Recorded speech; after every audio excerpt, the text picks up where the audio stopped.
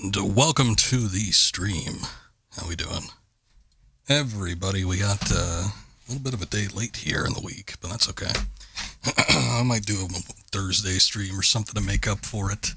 We'll see how it goes. I think we'll do the usual kind of stuff. Actually, we're doing something slightly unusual today. We're going to be doing something off the N64, but since Hybrid Heaven decided to act weird on us last week, I decided I'd try something else. So I was kind of taking a look at the catalog of games that I have for the N64. It really isn't much, but there's a couple things on there that I did want to take a look at some point. And tonight we're going to be doing Force Gemini. This is a game that came out in 1998 or 1999, made by Rare. One of those rare games. Not really in the how would I call that? The scarcity sense, but Rare did a number of games. Obviously, they were contracted by Nintendo at the time to be kind of like a first-party developer for them. So this is one of many that they had done, and this is something that I really haven't tried or played all that much. So I'm gonna take a look at it, see what's up. Should be interesting. I remember playing this game for a minute and thinking, that seems cool. Plus, Rare is usually competent, I think, when it comes to their game development. So one would think that would be the same here, but I guess we'll find out. Let's take a look. Should be able to pull it up on the capture card here. There we go. I went to the options screen. It's actually quite silent there.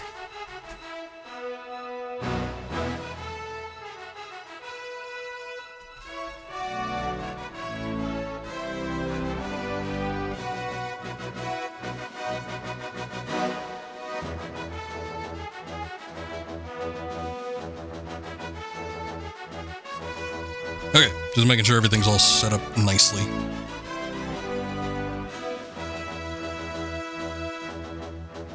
And I think we're ready to go. Okay, from what I remember with this game, and I don't know if it has like its huge fan base or anything like that, there's a couple Rare games off the N64. I mean, it seems almost like every single thing that they made on there was a hit. But it does seem to me like there were a few games on the platform that they made, and some of them were a little bit lesser known. Like, what was that? There was a real early one. I think it was called Blast Corps, something like that. I know that game has its fans. I just, it's not as big as like Donkey Kong or, GoldenEye, Conker's Bad Fur Day. Banjo-Kazooie, you talk about like the big classics, and Blast Corps, I don't know that it's really up there. Force Gemini, I kind of feel the same way. I'm sure it has its fan base, but to me it seems like it's a little more niche. From what I remember with this game, it is a third-person shooter, and you fight like bugs. It kind of reminded me of Starship Troopers just a bit. I don't know if there's anything like that. Well, Killer Instinct, I guess, yeah. That, to me, that almost seems like another one. I know that they released the game relatively recently, kind of like a reboot of Killer Instinct, but I don't know that was, I guess considering the amount of fighting games that were on the N64, yeah, I guess it's probably up there. I just don't know if it's like, it doesn't seem to me like one of the more memorable ones, but, that might just be me. Maybe with the crowds that I rolled with. I don't know. I have, oh, look at that. I did play this for a minute. There's also, oh my God, who are all these people? These must be the people that are, at least one of the guys, somebody that owned this game prior to me. There's Kyle, there's Dave. It looks like Dave Ray. I would think it's Davey, but it might be, actually it could be Davray 4. There's Brian? Yeah, Brian. Kyle again. Kyle's got 3 saves on here. But we also have Davey and Brian. Okay. Well, I guess I won't be deleting any of their saves. I will go ahead and erase the first one. You know what? I bet that first save probably belonged to Kyle, too. Hogging up all the space. And I will go ahead and make my own new save, much like I did beforehand. I guess I tested this game out for like 20 minutes to see if it worked. It's usually what I do. Usually when I buy a used older game, I'll play it for about half an hour to an hour and see what's up. Let's see what this game has to offer. But I made mention of it before. I've been wanting to do something on a Nintendo console. We haven't really done anything since, like, I guess we did Killer Instinct, or not Killer Instinct. See, now you got me on Killer Instinct. Killer 7 on the GameCube. But I was thinking about something older. One of the older games that I did, which we did a group of them. We were doing a bunch of RPGs, but that was like last year when I did Earthbound. 2 years ago almost, when I did Mario RPG. Did a little Chrono Trigger as well. Was Quest 64 after Killer 7? I guess it might have been. But yeah, I guess I did. I played that for a day last year. That was an N64 game we did. But I don't think I've done an N64 game in a while. So, since Hybrid Heaven didn't exactly work out, I thought I'd give it a try and see what else I got cooking here. And this is one that I've wanted to do for a minute, sort of. How Long to Beat clocks this game in at about like 15 hours, so I don't know if I want to play it all the way through, but I at least want to give it more of a fair shake than 22 minutes.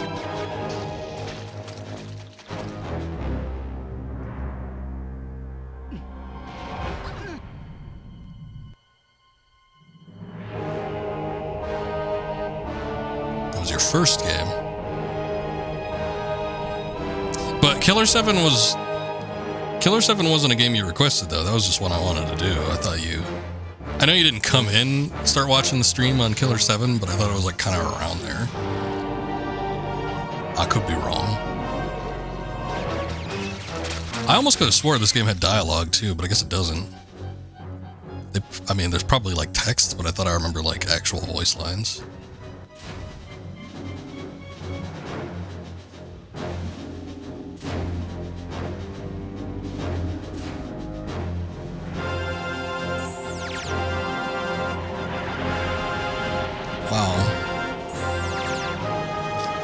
Can't believe their ship got taken over by ants. And now they have to evacuate.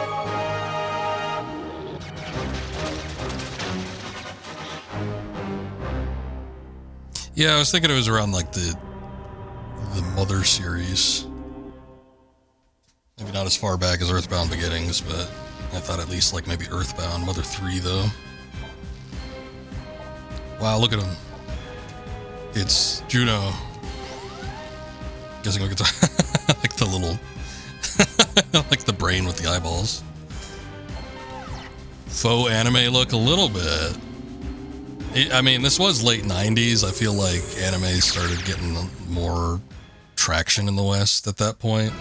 So they might have been trying to emulate that. Rare was a Western developer, but, you know. I guess considering the amount of games that were coming out of Japan, maybe they tried to do something along those lines.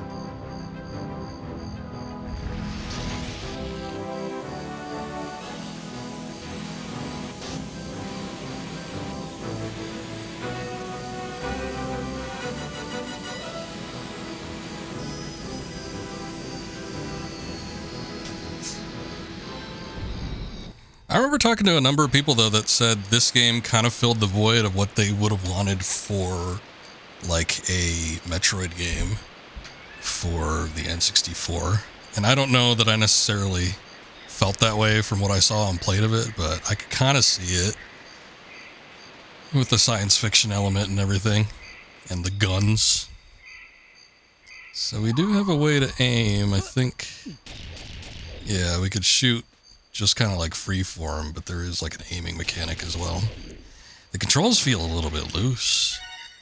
It's like he takes a couple steps more after you like let go of the joystick for a minute. Is that a Tonberry? Oh no. It looks like a gremlin. Ah, that's the voice lines. Very Banjo-Kazooie-ish.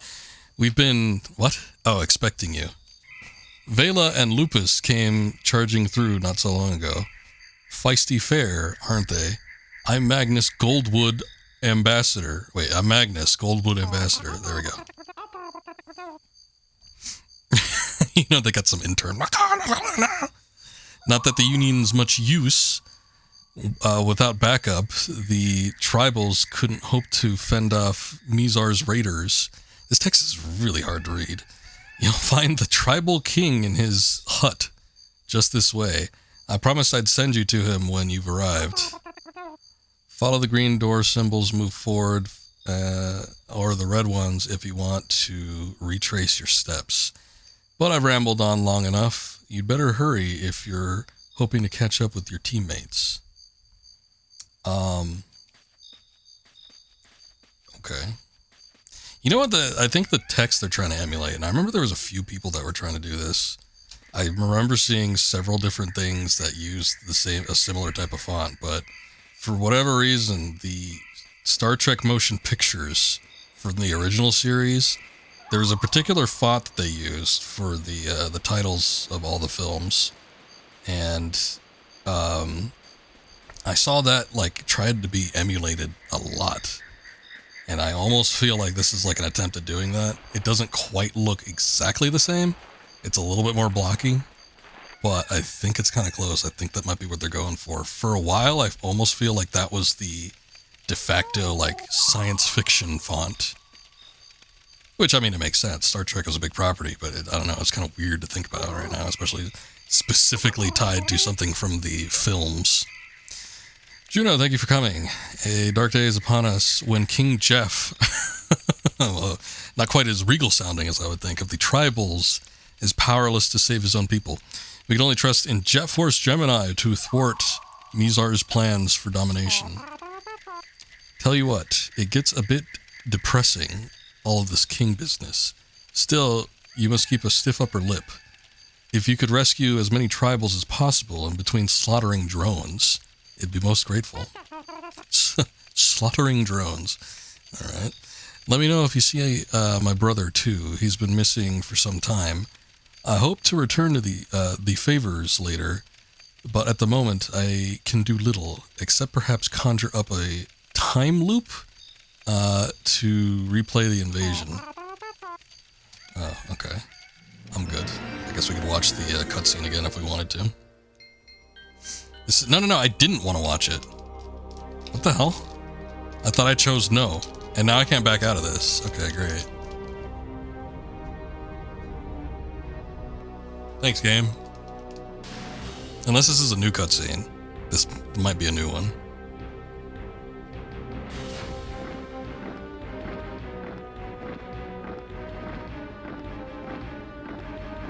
You want to watch a cutscene, or do you want to watch a cutscene? That's what they should have told me.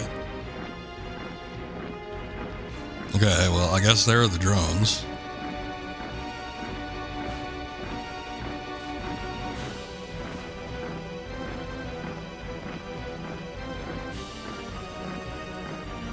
I was about to say, this almost looks like the battle droids in Star Wars Episode 1 being loaded onto their little pods, but I believe that also came out in 1999, so... I mean, they could have made up that cutscene relatively quickly. I don't know. Whoa, look at them go. If we gotta, like, collect little natives and stuff like that, though, there is a collectathon aspect. I guess that does remind me of, like, a lot of what would have been Rare's MO at the time. Holy shit, they killed him. Oh, no.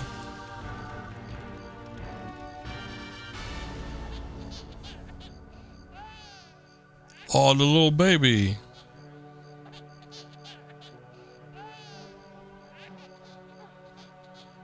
Left in a void of destruction. I wonder, this game had to have been T rated at the time, right? There was no E10 plus. Oh, okay. I think that was still like the watch the invasion cutscene. Even though I thought I selected no, but whatever. Why can't he climb up the stairs? Whoa! Wait. Okay, there's a oh man, that is a weird... It does not look right. That is a weird prone crawl. Looks like somebody shattered his spine or something and he's still like able to move somewhat. How do I jump? Okay, there we go. A is jump as I would expect. What I would not expect, though, is the fact that he can't, like, walk up a step. That's kind of crazy. Ah, my Gemini capacity increased. What is my Gemini, you ask? I don't know. Maybe we'll find out. Also, hopefully there's no fall damage. Oh, I saw something pop up at the lower left. Gemini might be health, maybe? Alright. Let's wander around and see if we can't find something. Oh, look, another one of these guys. Don't be too hasty, Juno. Goldwood isn't the place it once was. You can't risk going unprepared. Keep an eye on your pistol's charge gauge, as you'll need all the firepower you can muster. For a start, life force stores such as this won't open while the Mizar has troops active in the area. You must destroy all nearby enemies to progress. Learn to use the R button for manual targeting. Also, take note of these region markers. A green one lets you know that you're about to enter a new region. Boy, the A and the N look awfully similar. Red one shows that you're leaving a region. The Goth. And both together, the B looks like a G, mean that you're moving from one region directly into another. That's about all I can tell you. Get through this first door and you're as ready as you'll ever be. Good luck, Juno. Listen to the briefing before you start and be careful. I ain't gonna do shit. You tell me what to do. Whoa. Sounded like a Doom power-up. Okay, okay. I'm getting through it. Oh, hey, there's dialogue. This once peaceful planet from Mizar and his evil drones. Wow. Colored gems can be collected. These will increase your health.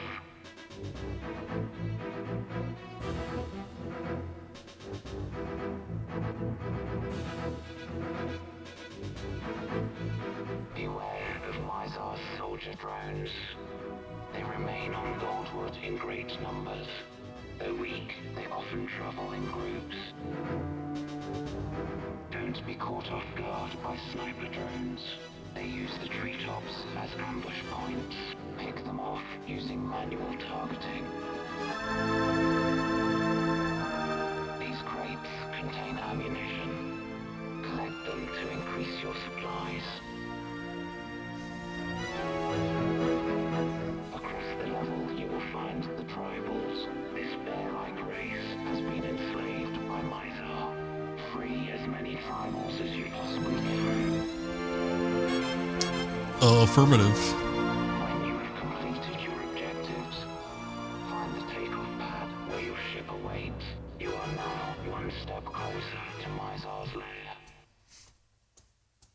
The soundtrack sounds very inspired as well. Sounds somewhat John Williams, maybe James Horner-ish.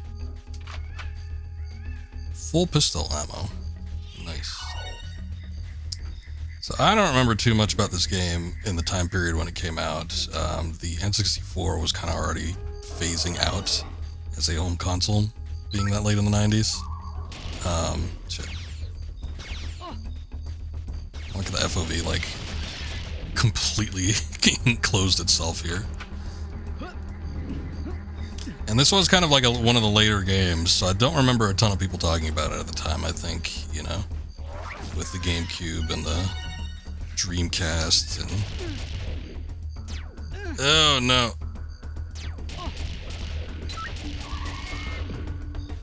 PS2, Xbox, all that stuff was kind of around on the horizon. I feel like there was a lot more buzz about those types of games and consoles as opposed to anything that was currently coming out.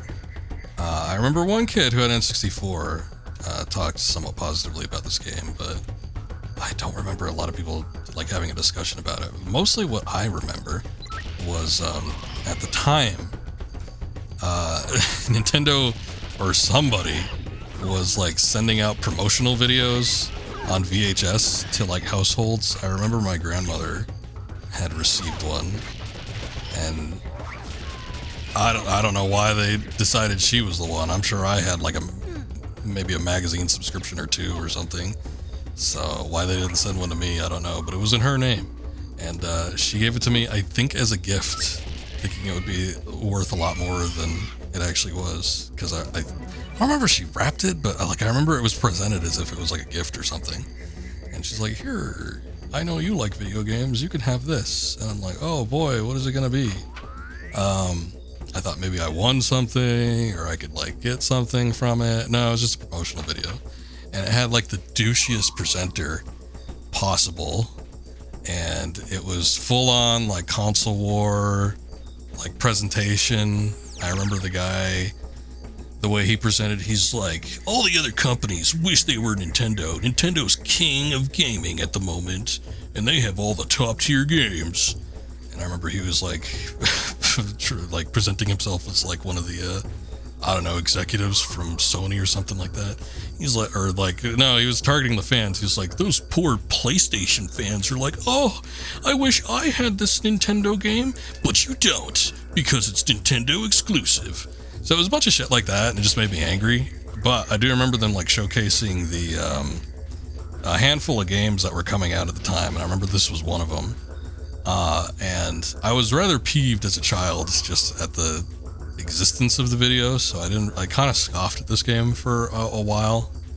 I was probably like 8 or 9 at the time. I'm like, I don't need this stupid Nintendo games. I didn't have a Nintendo console, or well, I didn't have an N64. I had a Super Nintendo, but I didn't have an N64 until, oh boy, like maybe 2001, 2002. I got it pretty dang late. It was well out of, the range where it was actively being sold. So, I didn't really think about this game too much after the fact either. I think I've mentioned it before, but the reason I got an N64 was so I could play Legend of Zelda. And I think for a long time, Zelda was kind of the only games that I had on there. I don't even remember, like, what else I got. Oh, no. I tell a lie. The Legend of Zelda and GoldenEye, and boy, that might have been it. I think I had those 3 games, and those are the only 3 N64 games I had for years. And then, again, I had gotten it rather late, and the only reason I was playing it was pretty much for Zelda. I played a little bit of GoldenEye with friends, because it was just like kind of a fun game, multiplayer type thing to do. But, I had no interest in Mario. Sunshine was already out at that point. I didn't get Mischief Makers until a lot later. I didn't have a ton of games. I think maybe when I started buying N64 games again, it was probably in the 2010s when I started more hunting for older type games. Because at the time, again, it was just, it was outdated. It felt like it was outdated. It was last generation. You're focusing on stuff that was for current 6th gen consoles, GameCube, PS2, Xbox. I had all 3. So I wasn't really thinking about N64 or PlayStation for a minute. And then finally, like years and years later, I started looking for N64 games again. And I started off with, some of the bigger name stuff. I think I got like Star Fox, some of the Star Wars games like Racer, and I don't know what else is on there. I actually didn't get Rogue Squadron until a lot later. I think I got Racer and Rogue Squadron at the same time. But yeah, that was like in the 2010s, and kind of around that time, I did end up getting this and some other stuff. Like Mischief Makers, some other stuff too. Yoshi's Story, was it? It wasn't Island. I think Island was Super NES. But that's when I started getting more of the N64 stuff. There's still a handful of games that I need to play. Oh, I remember. I was like, it was bugging me because I remember I had other games that I played with people on the N64, but I couldn't remember what they were. They were the wrestling games. WCW NWO Revenge, and was it No Mercy? WWF No Mercy. I think it came in, there was the one in the black cartridge. Those are the other 2 games I had. And then the 2 Zelda games, Ocarina and Majora, and GoldenEye. And I think I just had those 5 games. I'm pretty sure that was it. It was just those 5 games for like a long time. And then I started getting more later on. There's still a couple things that I wouldn't mind getting for the N64, but they're the N64 games are hard to come by, you know, for a reasonable price. People think they're worth like 70 plus bucks. They're not. I wouldn't pay that much for them. But if I find some for, you know, a reasonable amount, I will nab them. But it's rare. Doesn't happen too often. And the N64 library is not big. We talked about this with Hybrid Evan, but you know, there's I think like 311 games, something like that, and you know, like a couple of dozen, I would say, are like really good. But it's one of those things, you know. There might be a hidden gem or two every now and again, but it's not a huge catalog. Well, hello again. I move pretty fast, I know. It just occurred to me that you might be curious about this door. It's actually a training area for Mizar's airborne squadrons. However, I'm afraid that it's out of my jurisdiction, so don't expect to get in there unless you have contacts. Other doors require heavy firepower to open. Mizar's security isn't subtle. Oh, and before I forget, Vela left this key for you when she passed through. Where was she headed? There was some mention of scavenging for supplies on the old SS Anubis. Better get moving, Juno. Can I have the red key? Is it the white or the blue that's the selection? Can I have the red key? I think. There we go. You're not in possession of the red key. Astonishingly, it can be used to open doors with red locks. Why is this game so sarcastic? Thanks for the advice. I'll see you later. Yeah, you see me a lot. I move pretty fast, I know. Oh, surprisingly, the red key opens the red doors. Yeah, it's a video game. I get it. You don't have to you have to poke fun at yourself that hard. But whatever, I guess. Well, we saw the red door up here, so we might as well just go to that first. I think there was another path I could potentially take.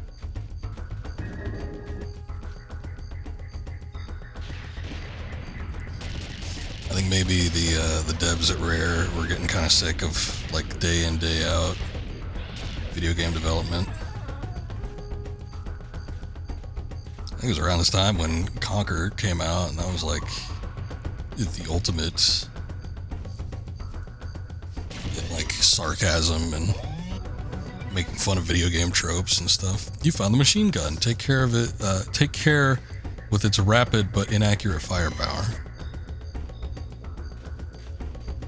Okay, how do I switch weapons? Ah, there we go. Nice. Oh, you gotta be kidding me. Holy shit. Man, this jump game sucks. Do I... Okay, I still have the machine gun then.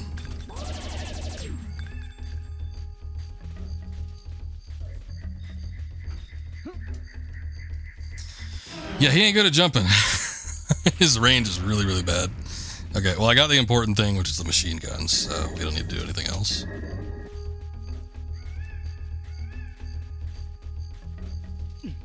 I just thought maybe I would try and see if I could get it, but I guess not. Door lock, shoot target. Look at that, he did a little slide.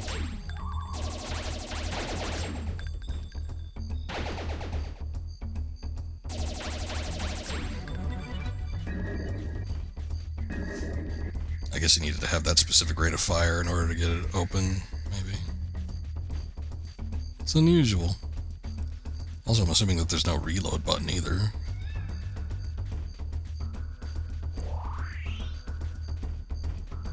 What is this? Is this just the... I think it's checkpoint saber.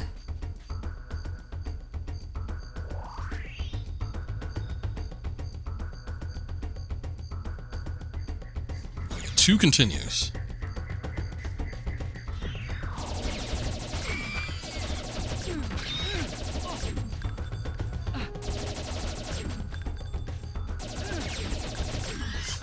Yeah, his movement's just slightly annoying again. He'll keep moving beyond when you let go of the joystick, analog stick. So, it could be a little frustrating in that regard. And then also, what's weird, I don't know how to activate or deactivate this, but like he'll like lock in. See, like when he becomes, I don't know, like his opacity goes to like 25%. I mean, it brings the camera closer, which is sort of nice, but it also almost changes his movement a little bit, which I don't like. Like he's more rapid when turning, so it takes a second to get adjusted to that. I feel like free aim is more accurate when you're not locked in that close. It's kind of weird.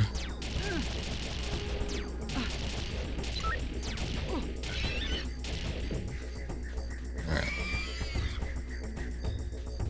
I don't like their sounds. They sound weird. Obviously like pig sounds, but it's not the kind of sound I would think an ant would make. This game, though, I mean, it's surprising. I kind of thought of it as being, you know, kind of an E-type game, but it's got to be T-rated because, you know, it's not red. Blood is spewed, but it's not red. It's goopy and green, but stuff explodes. And then, you know, the corpses and things like twitch a little bit, so it's kind of jarring. Slightly more violent than I would think, and it's not a surprise, you know. The surprise was for Mara was Conquer, I think, more than anything, but still, just from what I remember, just my memory of this game, it's sort of surprising. It's a little bit more violent than I recall. How the hell do I get up there? Whoa, jeez.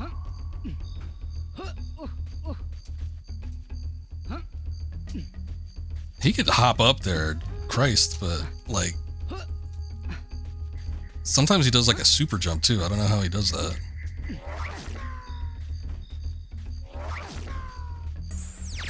Okay, there we go. I got the jiggy. I like the speed sounds. Oh, I hate aiming with the N64 analog stick. It sucks so hard.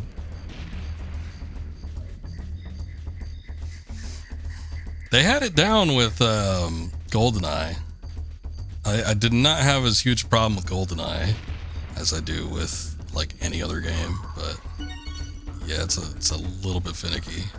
Since you don't have, you know, like a DualShock will have the two analog sticks. So since you don't have that, you can't like move and oh shit, adjust the aim at the same time. One continue. Do I have to fight everything from the beginning, or does it still, I guess we'll find out. It still counts everything as dead that I killed previously. Oh yeah, it looks like it does. That's nice.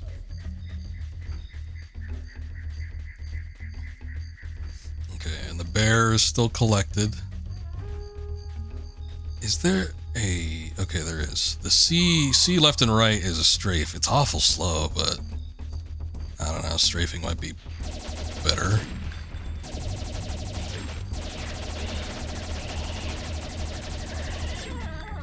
Okay. I think that worked.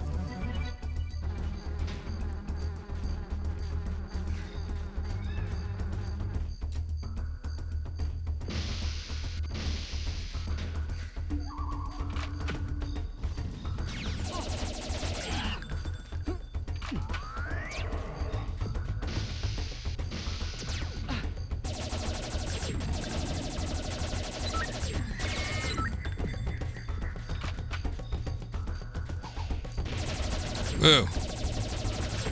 Grenade. It's kind of like Doom on an old console. I think I can get it to work with a combination of like the movements.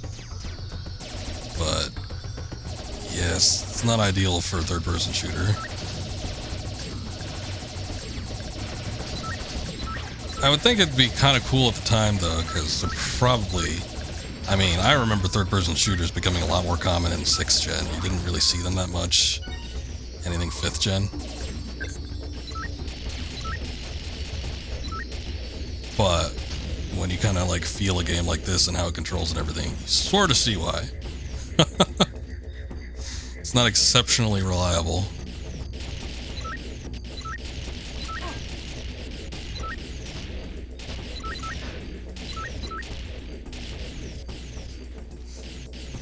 My gun, she's overheating.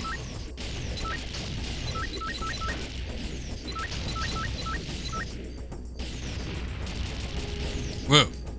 He did a quick turn. That was like Resident Evil, but...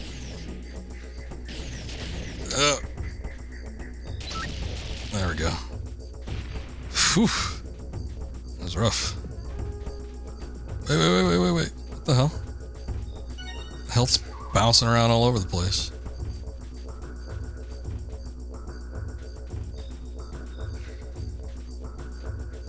Oh, shit. Oh, god damn it. That wasn't easy to see. Alright, at least when it says you have 1 continue left, that means you have 2, because then you have 0 continues left after that. That sucked. Just from the camera angle that I saw previously with it. Like from here, look, it slopes upwards, so it's not like you can immediately tell until you get like right up to the edge that there's like a massive little pit down there. And then when I was coming at it from the other angle, the camera doesn't like super keep up with you. Yeah, it was too hard to tell. This sort of sucks.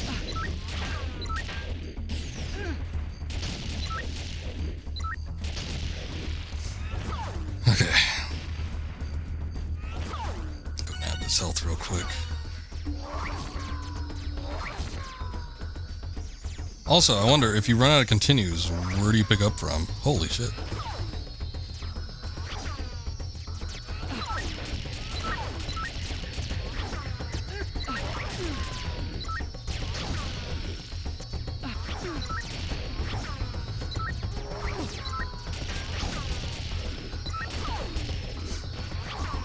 I get that they want you to use the manual aim, but boy, I really wish that he would aim up for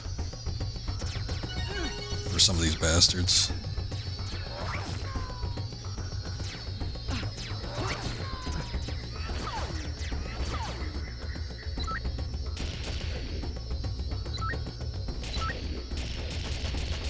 Boy, that sucks. Like it almost locks in, but then it doesn't.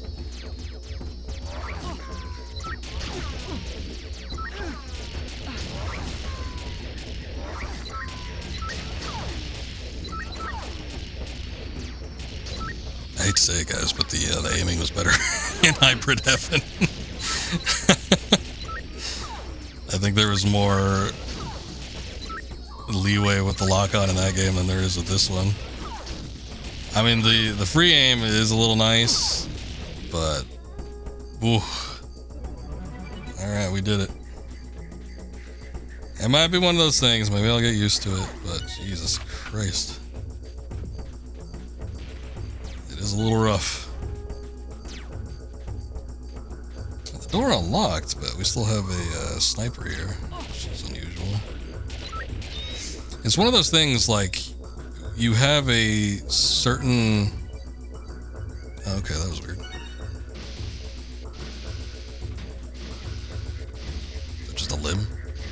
Maybe I should go back here. So when you aim, when you hit the aim button, when I'm holding down R, you have a certain like range that you can move around pretty freely. And then if you want to go any further than that, you kind of have to like go all the way to the edge. But it's like it's a balancing act because you don't want to go too far and then overshoot it. And like the camera is loose enough where it's very easy to feel like you've gone too far or like move in a direction that you don't want to. So, I don't know, finicky, I guess, would be what I'd call it. I don't know if I can change that aspect. I mean, a lot of times when that happens in a video game, what I'll do is I'll go into the options and, you know, I'll see if I can tighten up the camera sensitivity a little bit. But this might be too early for that. Speaker, music, sound effects, widescreen settings. Oh, that's interesting. Control mode. Oh, shit. Normal mode or expert mode? I don't know. What is expert control? Of course, this game is old enough too, where like a lot of this stuff isn't exactly described until it's not described like in game that well. You have to look up the manual. They assume that you're gonna have the instruction booklet right by your side. I don't know what expert control did.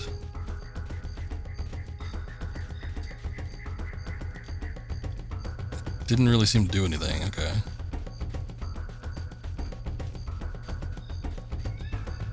Maybe when I'm in the heat of combat, I'll get a better feel for it.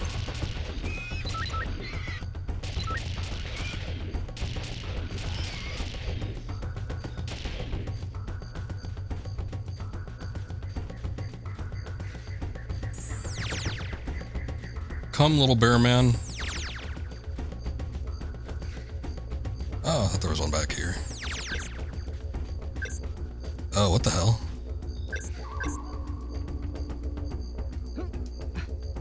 Oh, I see. So it changed A. Okay, now I see the biggest difference is it changed A and B to be your weapon cycle buttons. Now I have to press C up in order to jump, and then C down I think crouches. Yeah. Which I don't really know. I mean, unless we come to a part where there's like crouching's required, like to get through, I don't see like what the advantage of that would be. Maybe just to make yourself smaller. Less of a hitbox to hit, but, you know, they're NPCs. I would think they'd be able to train on you pretty easily, regardless. Might even be worse, because you're flattening yourself. If it's something above you, it probably has a bigger range that I can get you at. Oh, what are you doing hiding back there? Come on. Blended into the background a little bit. Now I feel like I should go back and see if there's any others doing some weird stuff. Well, there was just the one enemy. I mean, it was a weird ant. It was a brown one. I think it took a couple more hits than one of the others, but still.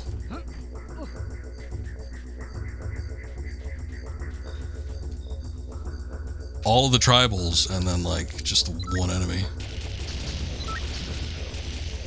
Whoa. Whoa. Holy shit.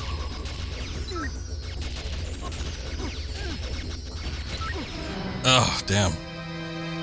That was just like a shitload of firepower coming at me. So I'm out of continues. Where's it going to put me? Interior Goldwood.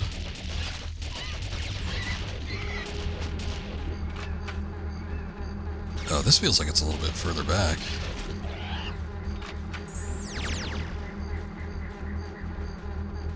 Oh, no. This must be at the beginning of this area. I mean, it didn't put us all the way, like, where we started at the very, very beginning, like when we crash landed, but this... From where we started with this little jungle run. Yeah, this is where I had issues. Like, trying to jump up to get the guy there, and look, he's no longer collected. That's pretty far back.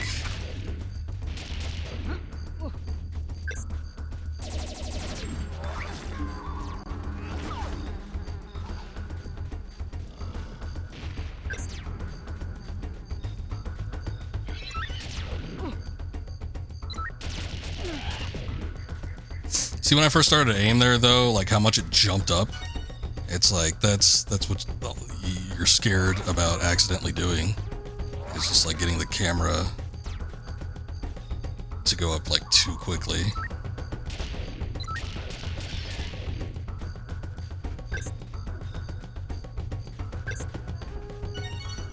There's not like a ton of cover to work with either.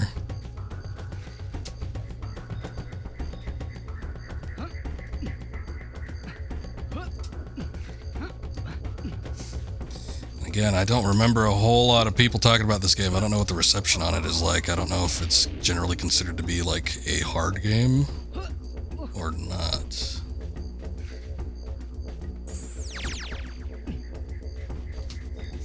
One thing I didn't notice until one of the latter areas that we were in is that a lot of the pickups will just kind of like respawn, so...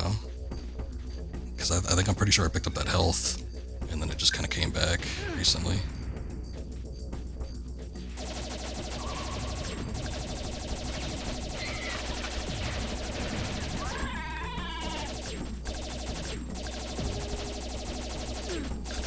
You get back here. Oh, God. There we go. There's a lot of wasted shots.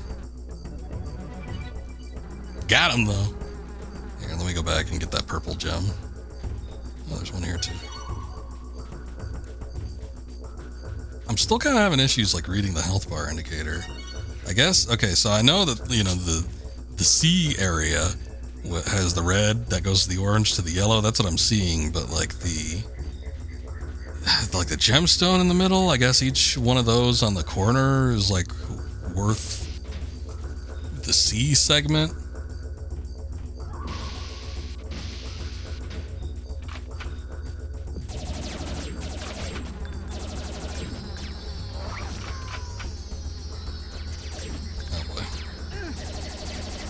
Boy, it just, like, really sucks because, like, even those guys that are flying, they're not that much higher. They're a little bit higher than he is, and not that much. And it sucks that, like, I can't auto-aim for that. It's like I have to go into manual aim for something that's not at eye level with him.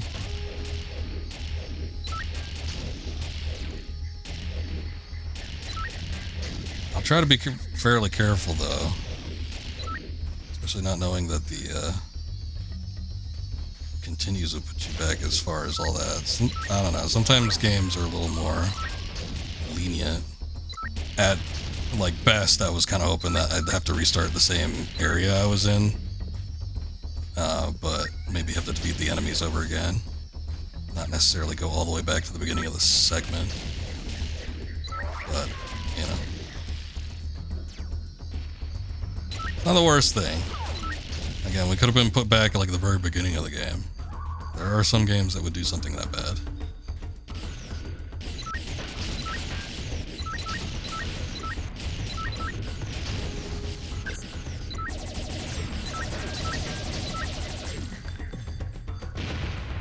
That's strong rate of fire.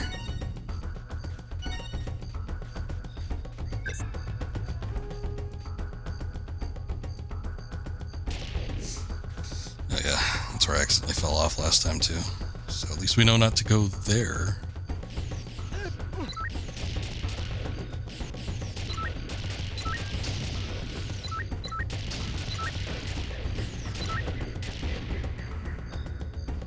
Yeah, I might be able to make this work more with strafing.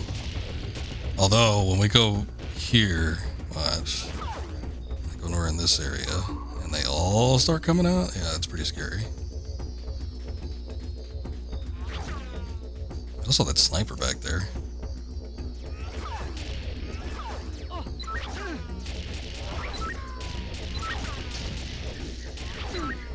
I feel like the trick is getting far back enough where you could, like, safely kind of strafe around shots and then maybe take cover if need be while your gun overheat thing goes down.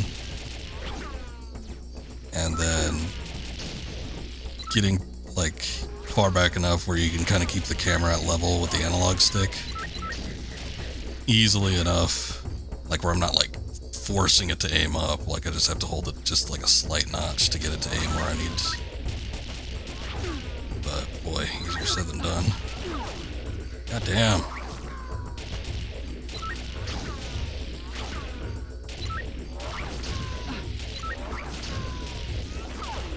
I'm not doing the greatest at avoiding these shots either.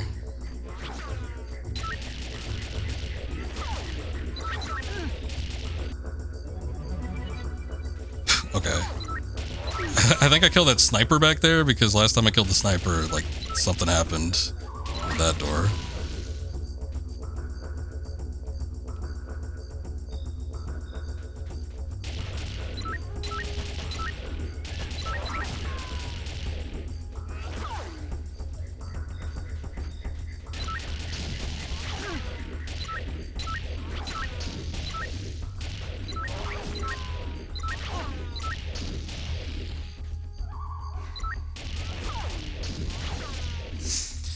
Whew, that was close. I was on my last green gem, I think.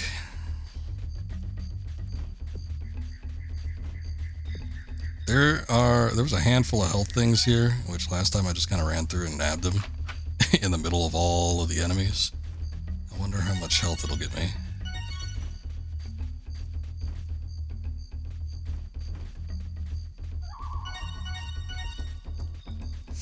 Because I think, I don't know, will it let me go back? Previous area? I guess we could go find out. But again, like the health items respawn.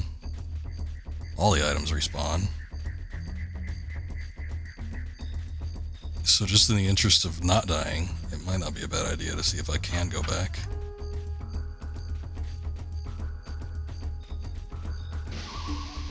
Okay, you go back areas. I just hope that the enemies don't respawn too. We never really backtracked.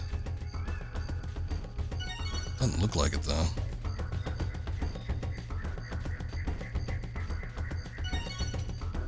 Cool.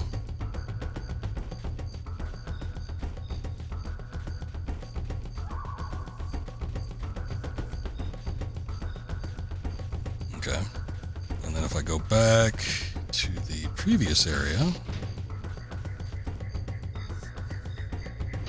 think that the items would respawn back. There's still the section across the gap, and I don't know what that was. I don't know if that's like a door we can access from a previous area or what. But it's like it's like, alright, this area is unlocked now. Okay, where's that at? I wish I had like a sniper rifle. We have sniper enemies. If I could take their gun or something like that and sort of zoom in a little bit, that would be a big help. Not even just like to get long range enemies, but just to see what the hell's out there. But yeah, I get the feeling like across the gap there's probably a, I don't know, entry point that was from a previous area. I don't know that I want to backtrack all the way though. Because I just got no clue where it would be at.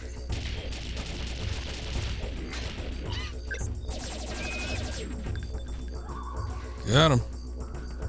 Yeah, he's brown and green, but he's not like the big brute brown. Just like kind of regular brown.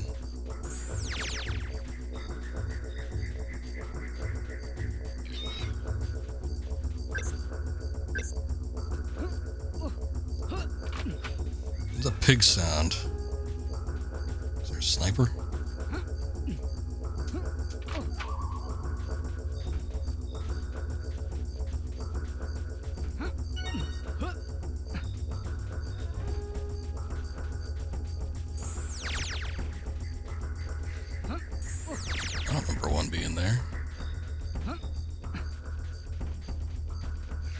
There was one here previously, so maybe he just moved out or something.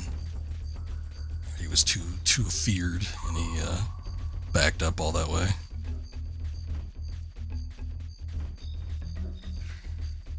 That might be it now. Now we gotta go into the shitty area. I'll see if there's a spot maybe I could take cover. Maybe I gotta run all the way to the other side or something. I don't know.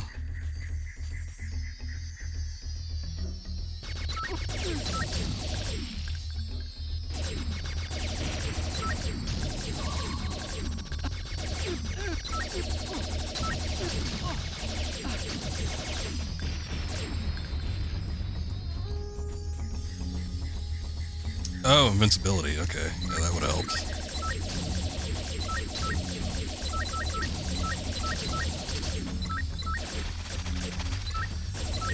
Oh, look, I can move. Okay, I think this is an expert control thing.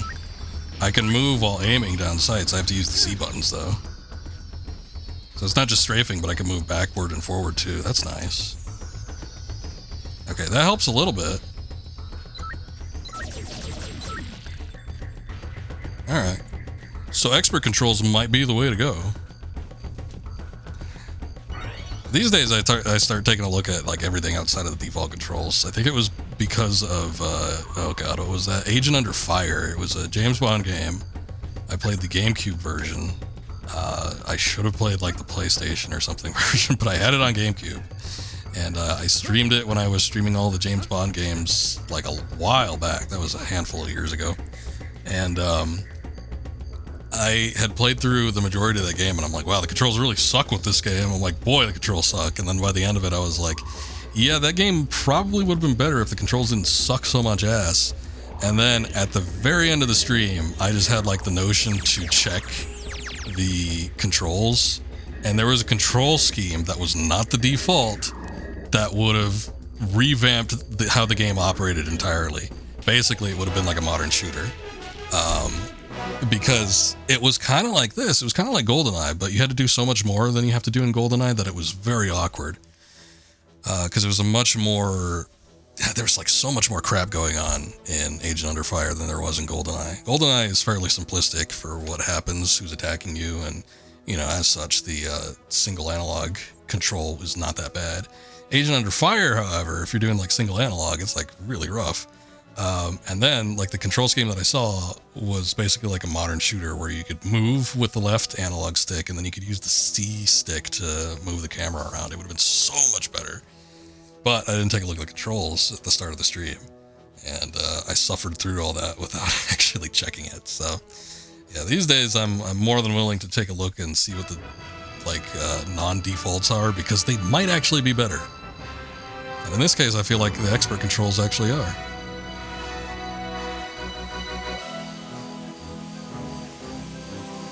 Hey, look, it's the little ship.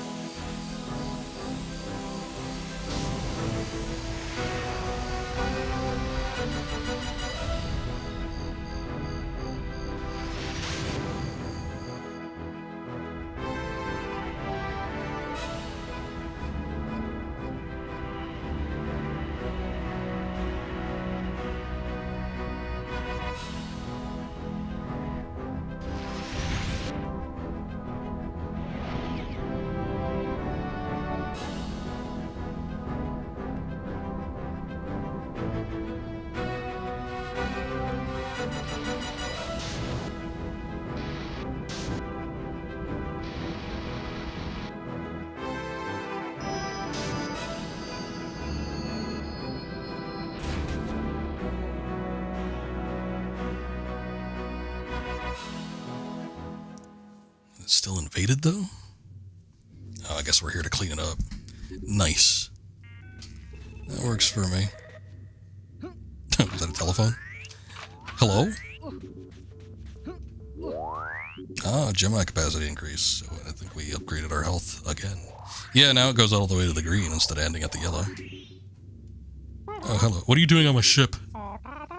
Juno, you're here at last. I'm afraid there's some bad news. I came as quickly as I could when I heard that some of Mizar's heavies had reoccupied the Anubis, but it seems I was too late to warn Vela. Ah. He's going to show us what happened through his cutscene ability.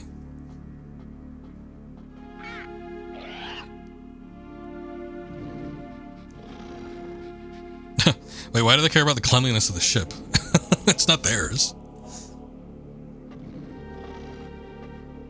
I guess if they're taking it over, they want it to be like spick and span. Oh, why would you do that? Look, oh, that was just there to show off their reflection capability.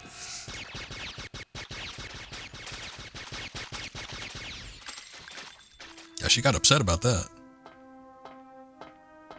Turning over that bucket? How dare you?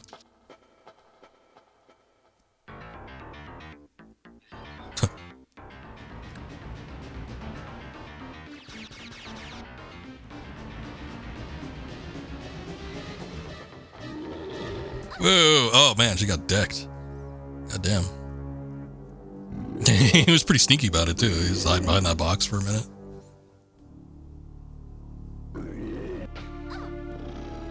He smacked her on the ass.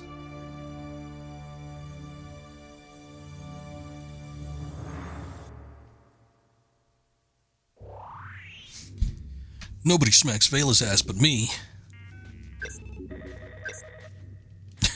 Yeah, that definitely is a telephone ringing.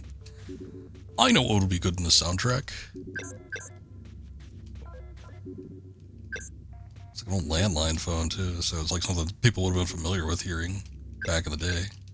What is going? Drop off? Goddamn. I guess I'm trying to use A and B, which that's now the weapon switch buttons. So whatever.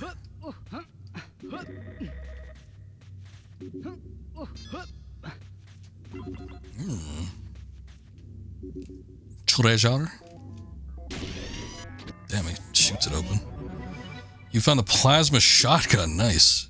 Remember to hold down Z button for a more powerful burst. Cool, cool. Shotgun ammo.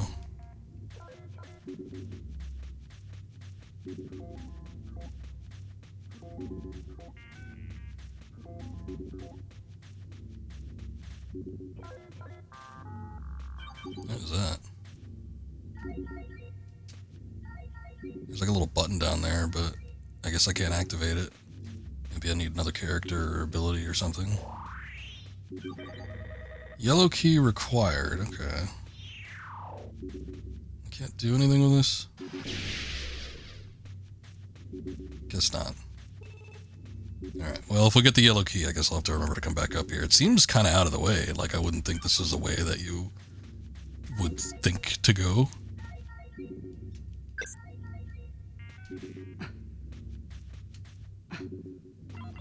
So I really hope there's no fall damage. But I don't know.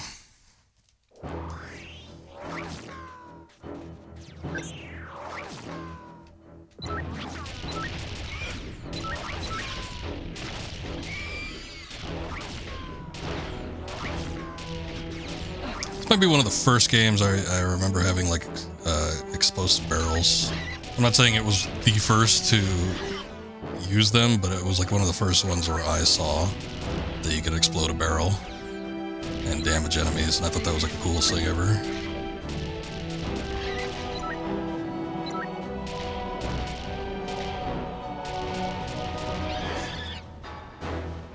What am I saying? It's like, of course, it obviously wasn't the first one because there would have been like Doom that has explosive barrels, but I didn't play Doom until, you know, later than when I played this or even saw this, so.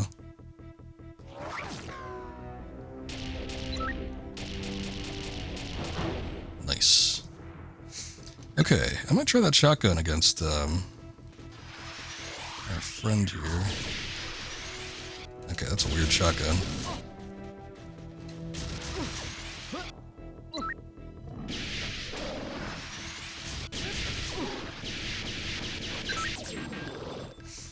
I almost went for the barrel, but I guess that would have killed the tribals.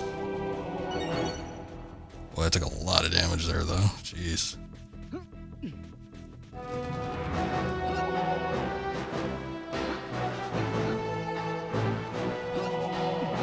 I didn't notice the tribals until a little bit too late. Oh, you can't take fall damage. Damn.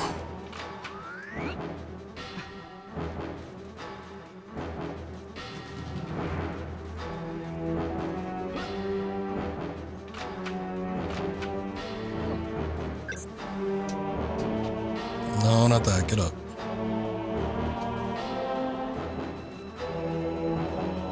Okay. Can't get to any of the upper levels.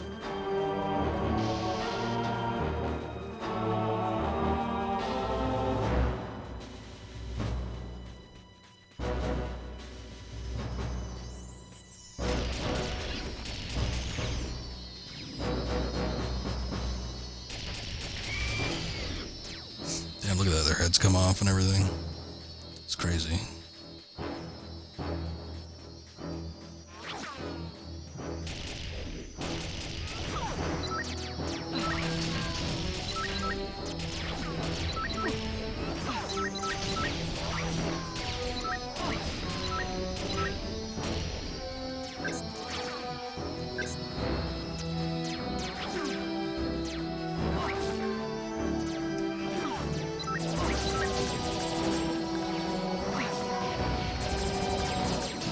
No!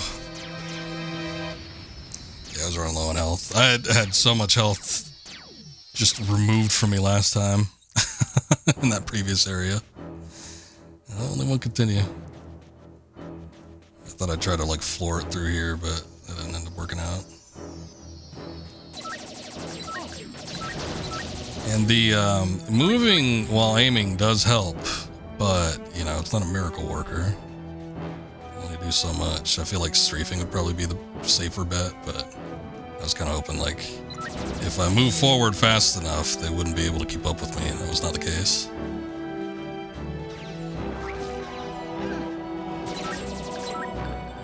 And turning the camera is still a bit of an issue.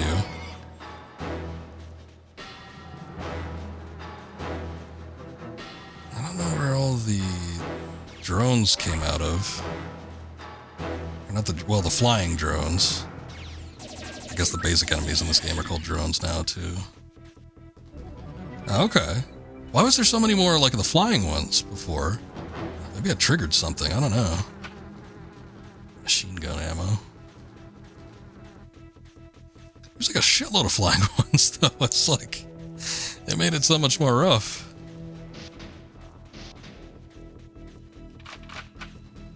Pistol ammo. Oh, that was full. Now we have full machine gun ammo, too. I see that there's health on top of these things, but I don't think you can jump that high. Every once in a while, I've seen him jump, like, super high, but I don't know how to activate that. I don't know if that's like a glitch or what.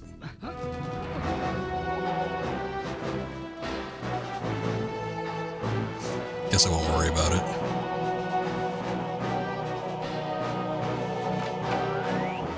Pistol capacity increase. Okay. I didn't know that there would be upgrades like that for the weapons. It pays to be thorough.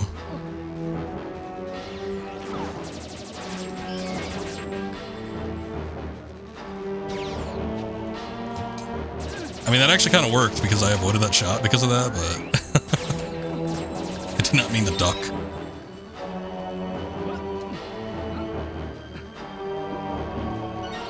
See, he jumped hella high right there. I guess if, like, he can make it? I don't know. If there's, like, a point where he actually can make it up somewhere, it's, like, within the limit, he'll jump just a little extra higher. You deactivated the cell door. Oh, shit. I feel like I saw one of those control panels in one of the previous areas. I should have shot it.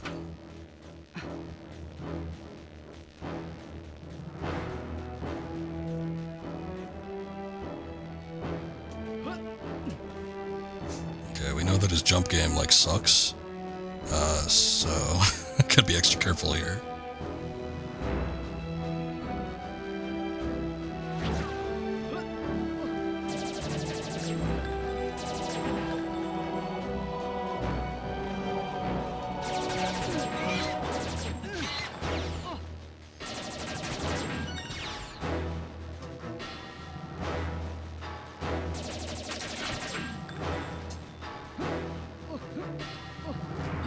I wish there was a slightly more reliable way to... Oh, I guess it took a minute to die.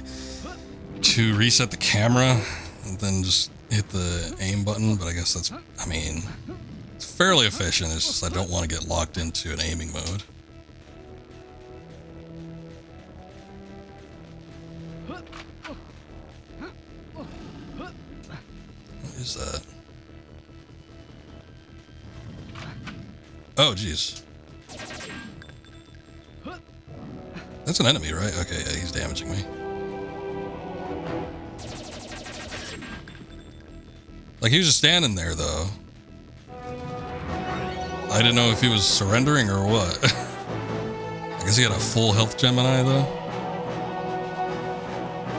It didn't expand my health any, but it brought it up to full capacity.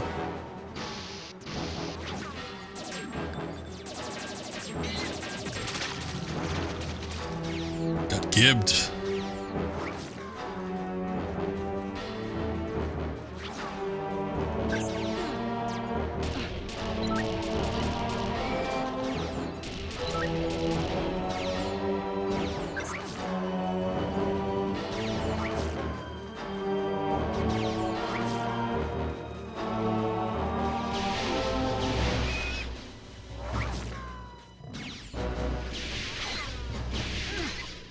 Oh, well, gets a shotgun if it doesn't even do damage, like, point blank.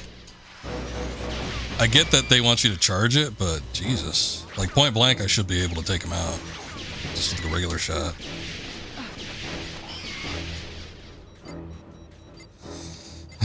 Alright. I don't think I'll be going on my list of, like, Best shotguns in video games.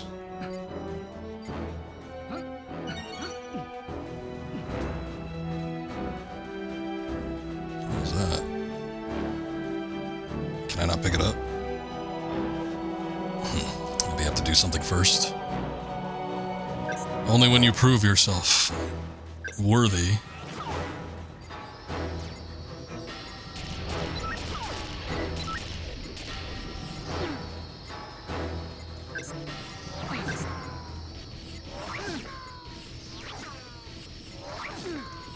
Okay, no, that's not what I want.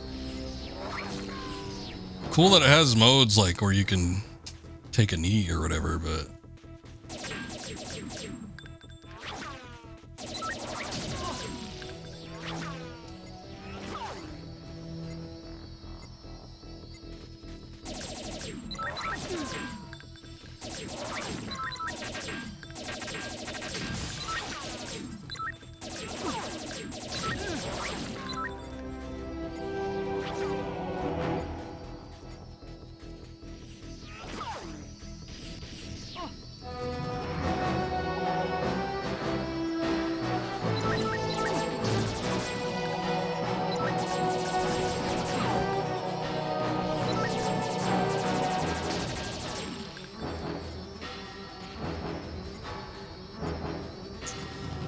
okay.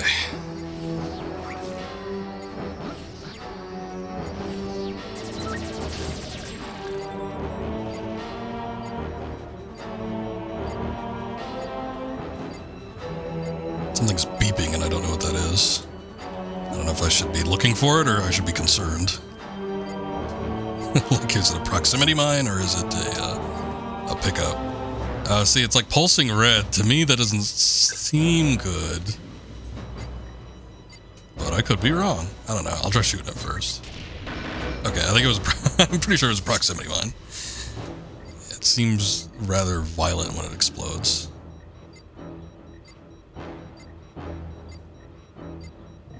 I guess when the cursor turns red, too, that's probably a good indicator.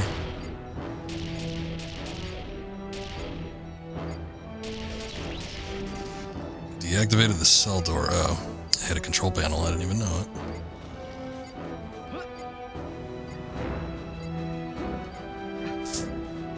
I'm gonna try going the other way, though.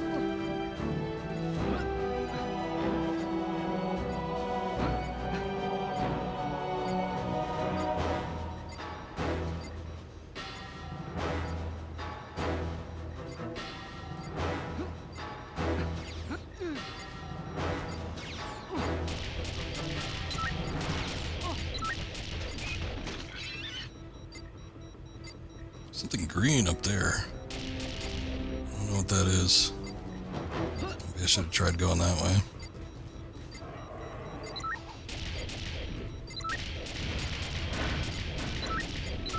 Oh, jeez.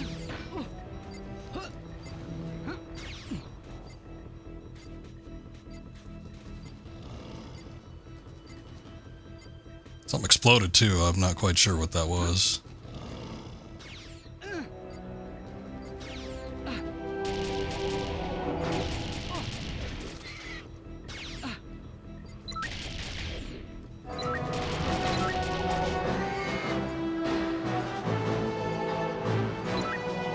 Oh, wow. That's probably what exploded near me last time, was somebody throwing a grenade at me.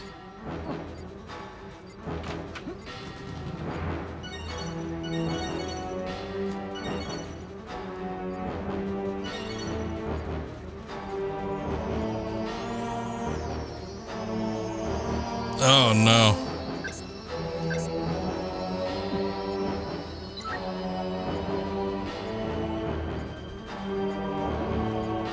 Bunch of the flying drones, where'd they go?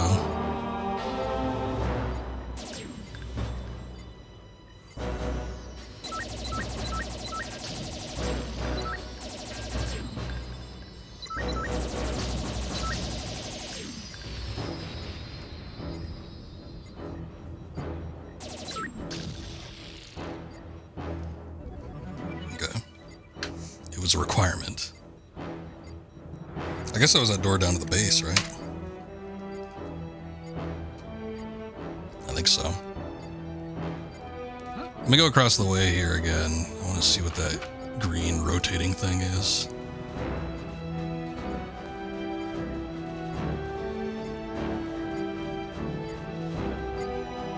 Oh. Definitely sounds like one of those mines is close by. I don't know where it is though. Oh, I could move across up here. Oh! Gemini capacity increase, nice. This looks like it goes into another area. Probably not where I need to go since I just unlocked the door, but I guess we'll check it out.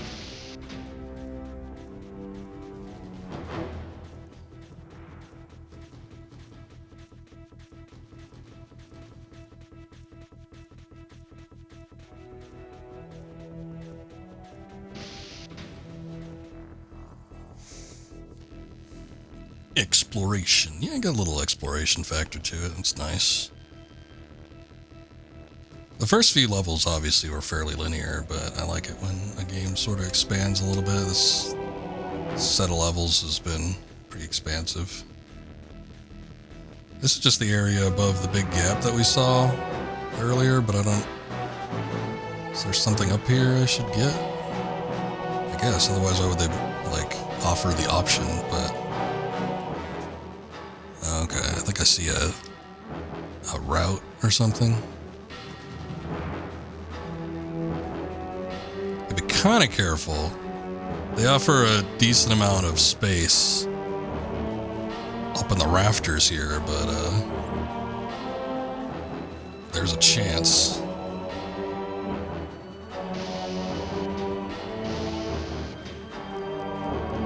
I can't quite tell what I'm looking at.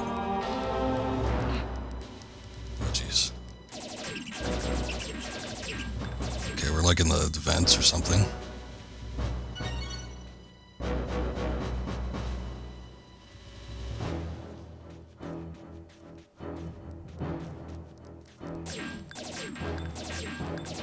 I'm trying not to.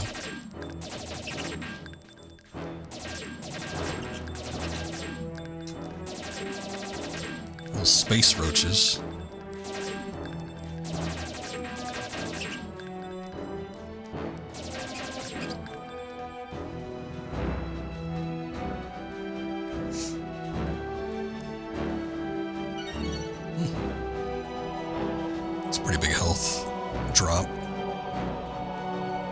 Big health drop for a small enemy.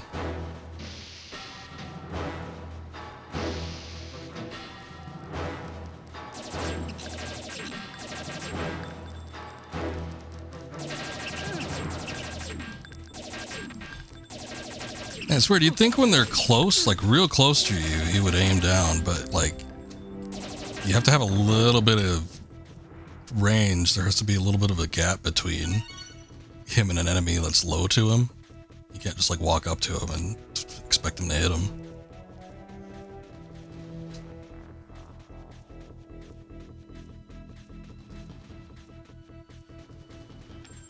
What the hell? Coins? What do those get me?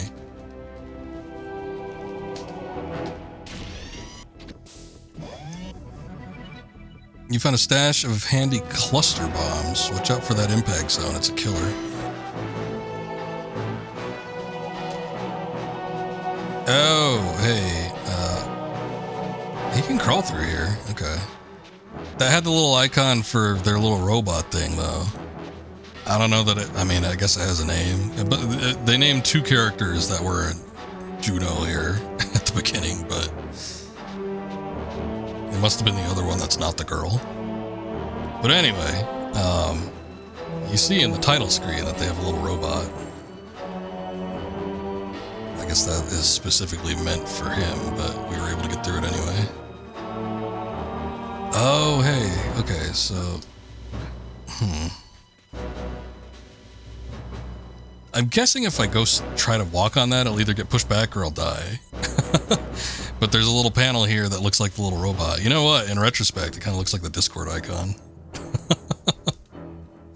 think Discord stole it. Maybe somebody was a big Force Gemini fan. Yeah, so I'm not going to go up there because I don't I don't think I can do it.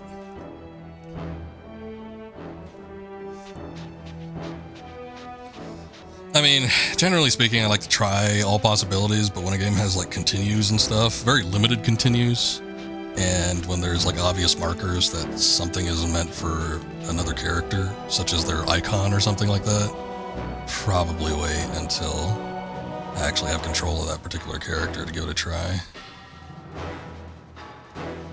We found coins though. I don't know if there's like I don't know if it's currency and we could buy stuff. So there's a little bit of something going on. I just don't know what that something is. But yeah, perhaps we'll be able to purchase equipment, upgrades, that kind of stuff.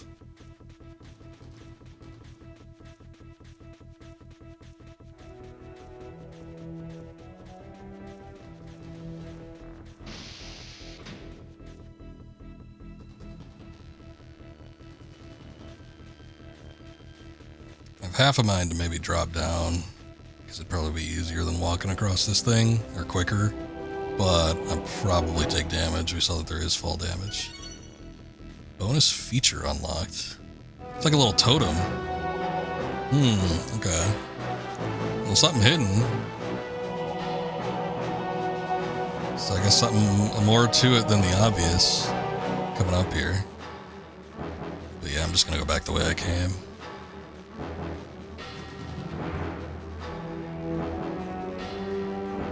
Don't really see anything else. It's kind of hard to see in the distance a little bit on these older games. They're not terribly sharp, but I don't think there's anything else.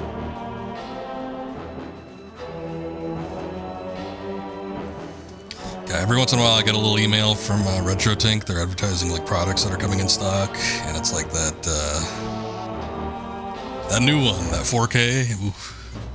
Well, it's new, but it came out like a year ago. But every time I see it, I think about it. But then I think about spending $500 on it, and then I think about something else. Oh, look at that, the glass breaks, that's nice. It's a little expensive. Even this one was pricey. I got the RetroTink 5X, which is what I'm using. It's what I use for my console games. And this one is actually really nice. I mean, it sharpens up a game and brightens it up a bit. I couldn't play, even if I could get the picture to register on a television, which I couldn't previously. There was a stream I did years and years ago, back when I first got Rogue Squadron and what was it? Pod Racer for N64. So it was another N64 set of games. But I tried streaming them, and I had just used the old Elgato that took the component cables, and I couldn't see shit. It was so dark. The picture was so unclear and dark. It was impossible to like play anything. There was one level, I remember it was like 3 levels into Rogue Squadron, and I couldn't see anything. I couldn't get anything done because it just was impossible to see. The picture was too dark. And then same thing with Pod Racer. There was a couple tracks where it's like I couldn't see on upcoming like curves and turns and stuff because it was just too dark. The signal just wasn't picked up on modern televisions all that well. And then for some older consoles, well, not even just N64, but like if I tried to do that with Super Nintendo, the signal would not register on a newer television. And it's like the RetroTink helps with that, obviously, because it converts the signals to HDMI, so it can be registered. But it also pulls up the clarity a little bit. Makes it a little brighter. Oh, so these are the cell doors. Okay. We destroyed a couple of the panels, not all of them, obviously. Maybe not most of them. Oh boy. I know I hit at least a couple. Which ones are down? Okay, here's this one. Jeez, okay. 7 of these little bastards. Oh, okay, well here's the girl we were looking for. Vera. Thanks, Juno. I knew we could count on you.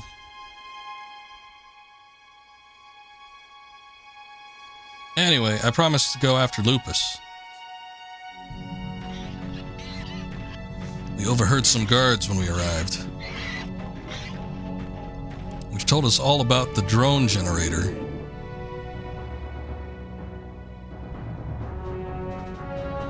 That's part of something called the spawn ship.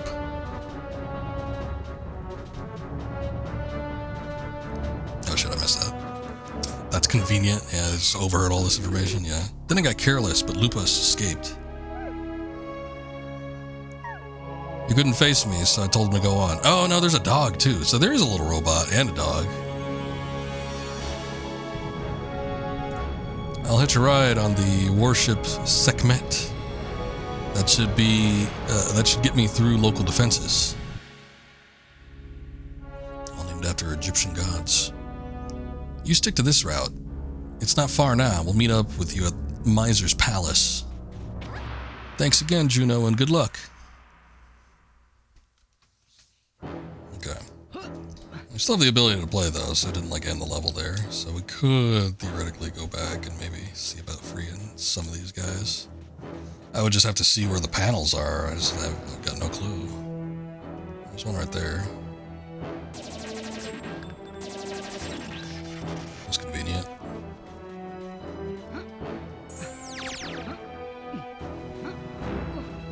I guess there are bonuses and stuff to unlock if you do the panels up. Or, rescue the tribals, so... I don't know that I'm super concerned about it right now, though.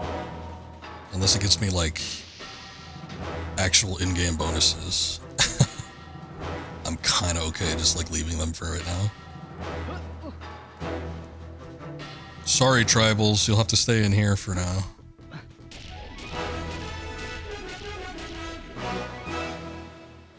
Wow, most accurate weapon, the plasma shotgun. I thought I was shitty with that. Well, I didn't use it too often, so maybe every shot that I hit. Machine gun, is pretty inaccurate, but still. Whatever.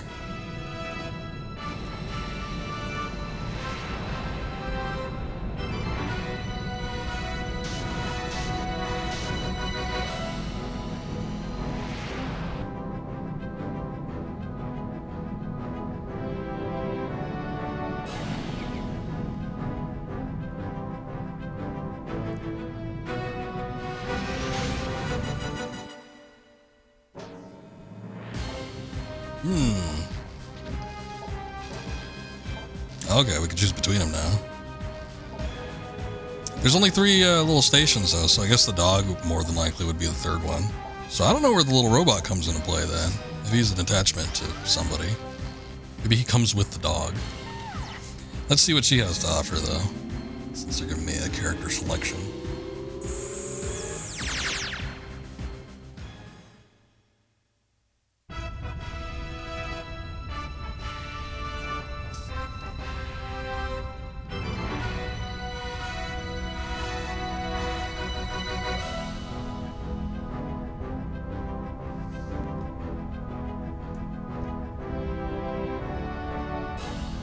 Deep. Star 2.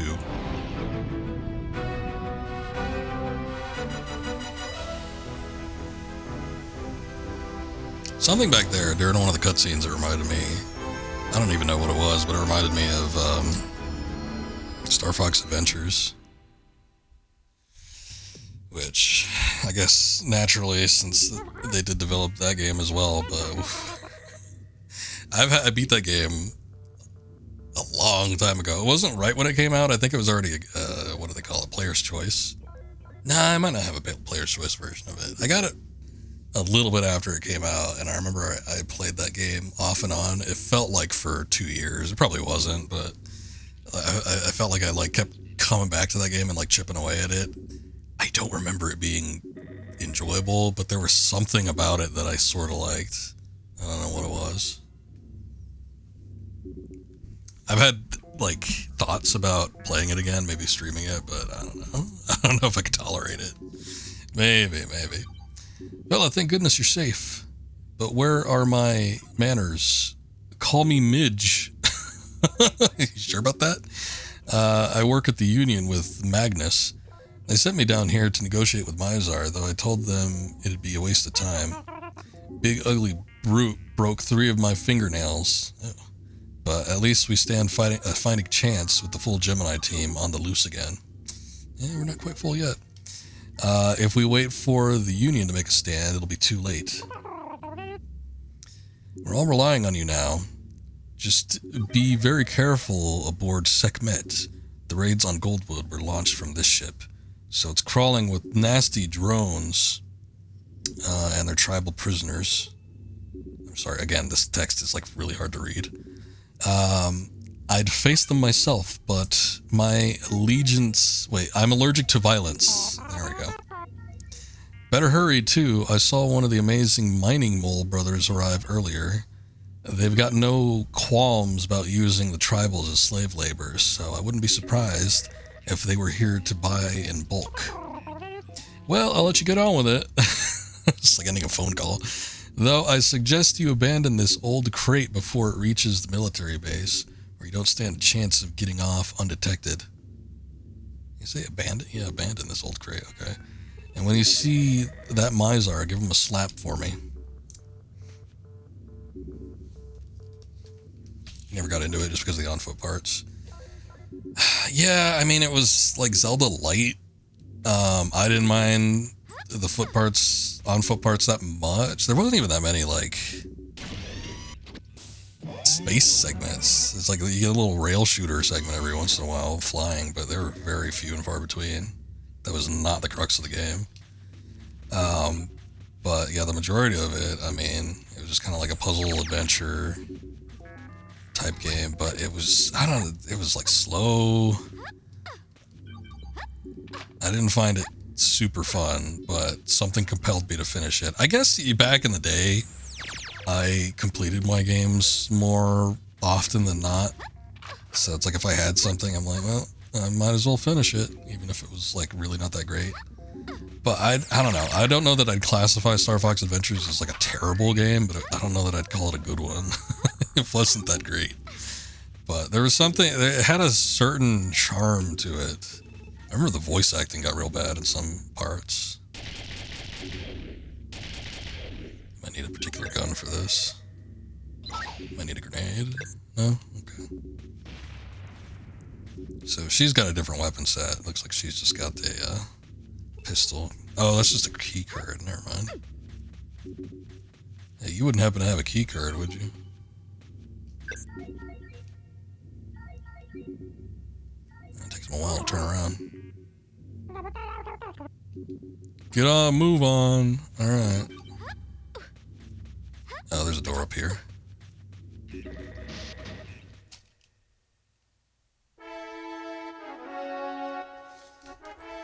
For some reason, Star Fox game cannot have the gimmick of just a rail shooter. Apparently not these days anymore. Not since Star Fox Adventures, I guess. Well, the thing is that they did Star Fox Assault, which wasn't terrible, but that was such a bare bones game. Like it wasn't even as expansive as like Star Fox 64. And I don't know. It's like, I feel like with Nintendo, with their like properties that are not the big ones, that are not your Legend of Zeldas and your Marios and stuff. It's like every once in a while they'll dust it off and they'll say, okay, let's try something new. You know, we need to, this game series has been around a while and we haven't made a game for it, so we got to take a completely different take on it, and then nobody wants to play it because it sucks or something, or it's not what people want, and then they're like, well, I guess nobody likes this series, and then they'll just leave it for a while, and then it feels like sometimes, like in the case of Assault, they'll come back to it and they're like, fine, we'll give you what you want, but then they do such a half-assed job at it that people don't like it either. So it's like, there's no, when they want to put in the effort, it's like they want to do it with something completely different, but then when they want to give people what they want and just do like the same old stuff, which would be preferable, they do like a half-assed job. It's like not good. Like, I think Assault probably was a better game than Adventures, but again, I don't know, it was mediocre. And then I own, what was it, Zero Mission? and the weird little game that came with it, but I have yet to unbox that game. Got that on the Wii U. They were selling it on eBay for like $5, and I bought it, but I have not unboxed it yet. I just heard so many people call it shit back in the day. I'm like, yeah, I don't know if I want to touch that right now, and I haven't yet. F-Zero is in hell because I can't find another gimmick other than bare bones gameplay, which I'm sure would be fine. I'm sure plenty of people would be fine with playing a bare bones F-Zero game. Nintendo does not have a racer, I don't think, right now outside of Mario Kart, but Mario Kart is such a gimmicked up racer, it doesn't even feel like a traditional one. I think they probably feel, though, that the Mario Kart is like, that's our racing game, we don't need another one. So they haven't bothered, like, trying to do anything with F-Zero, unless they could come up with a gimmick for it, which sucks, because, you know, I wouldn't want a gimmick with F-Zero. I just want fast-paced racing game, which is not Mario Kart. And now Mario Kart's got another gimmick attached to it, because now they're trying like this open world shit with it. Well, I don't know. I'm not a Nintendo fan by any means, so I'm definitely not the target audience. But I just know what kind of games I like to play, and you know, a million gimmicks attached to something isn't necessarily what I like. If you could have like one unique gimmick that doesn't like take precedent, okay, I'm fine with it, but changing the basic formula of a game, I don't think, you know, a tried and true one, I don't think is the way to go.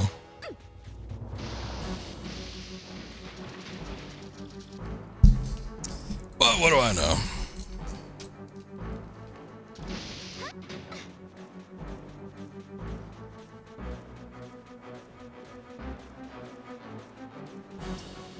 Anyway, was there even a Star Fox game for the Switch? There wasn't, was there? They had a crossover with that, oh, what was it? Daemon X Machina? Had a little crossover, I think, with that, or you could, like, use a Star Fox amiibo or something with it, and you can get, like, an R-Wing. I don't know, some shit like that, but that was, like, the closest Star Fox game to being on the Switch, I think, outside of, you know, just, like, the older games being available. Oh. Oh, they got shields now.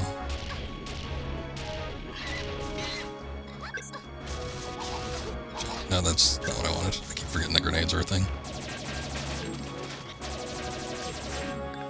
Oh, we're getting into Lag Town now. Holy shit.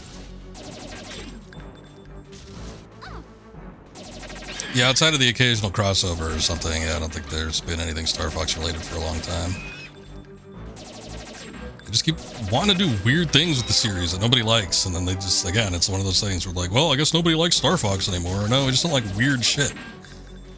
Do something normal. Try something normal for once.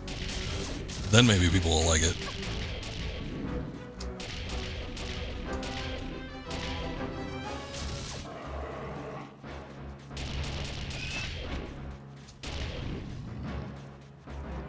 Okay. These guys are scary.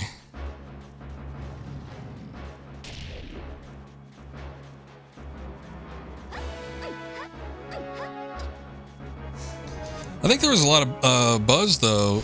Well, oh, you know what? It wasn't new, but, you know, it was a thing. When the Switch started rolling out,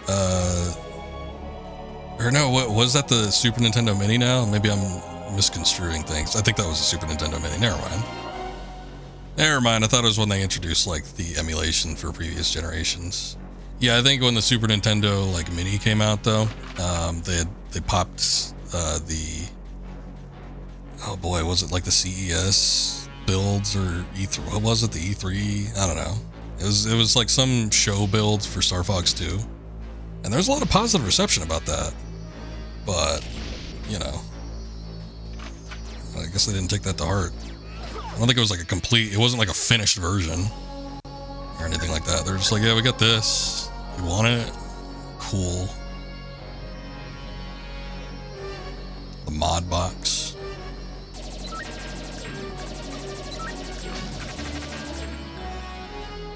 I don't know, aim, what are you doing? She got out of aim, I was holding down R.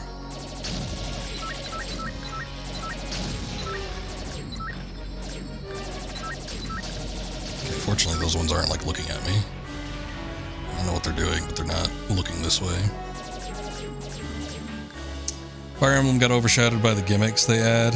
Marriage and Avatar are good for the game, but the fact that they keep adding it is frustrating. Translation changes make no goddamn sense. Yeah. I know a lot of people had issues with a lot of the translation stuff that they had, because there's a lot of unnecessary translating. I haven't played a Fire Emblem game since Awakening, so it's been a minute for me. But I can imagine. Who's the one in charge of like all this shit though? Is old Shiggy? Is he still like second from top dog at Nintendo, or are they finally kicking him to the curb a little bit? I feel like he's the one behind a lot of the, we gotta do some weird gimmick for this. He seems to be the one pushing a lot of that stuff. Which, I mean, he did a lot for the industry back in the day, but you know, like a lot of directors and stuff. Once you get to a certain age, it's like, I feel like a lot of creative minds try to overdo it, and when they have a little bit too much control and nobody like reining them in a little bit, sometimes it's not for the best. But I don't know what the status is on him.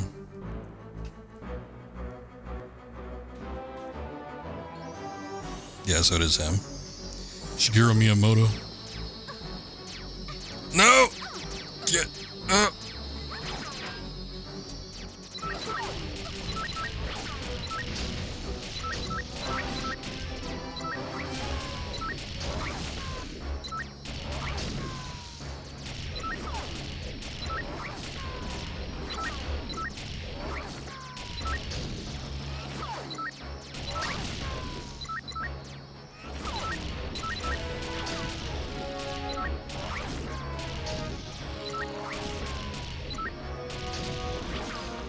Oh, I lost like most of my health from that.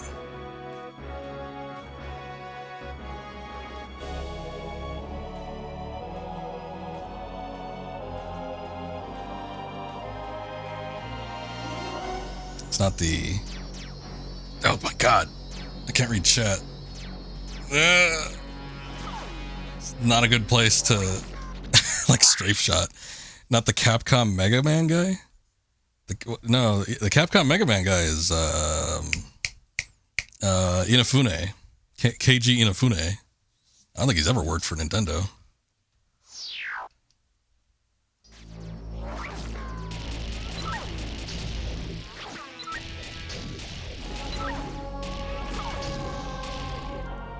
Oh, you're saying he's not as bad as him? No, you're probably right about that. And to hear behind the scenes stuff with him, he may have burned down a lot of bridges, I assume you mean? Possibly. I mean, internally, Nintendo, I feel, they don't let a lot of stuff slip, so everything, I think most stuff is like conjecture based on how people get repositioned and stuff. But, god damn it.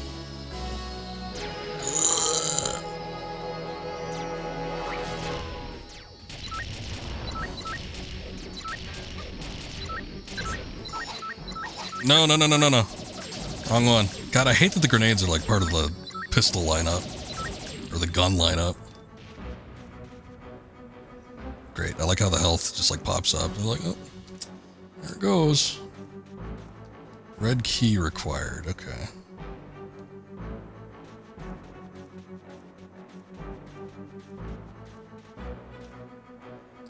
So, what the hell am I doing here?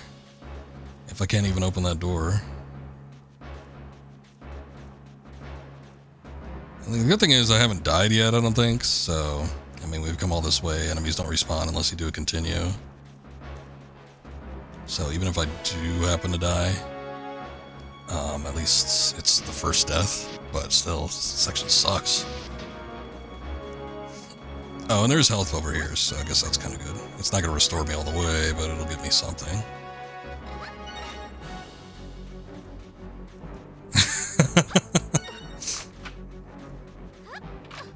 The acid is lovely this time of year. I ain't gonna be dropping into it, whether that's acid or hot molten magma.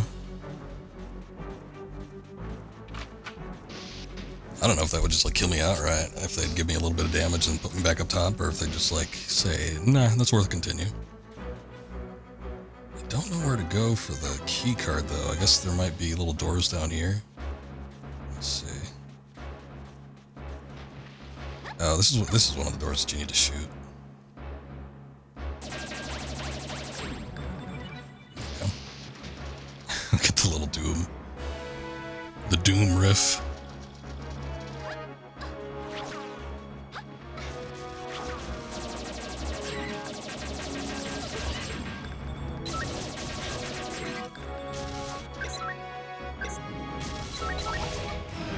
Oh, shit. That little thing when you died, too, that kind of sounds like GoldenEye. I think they're just, like, pulling out shit from their catalog.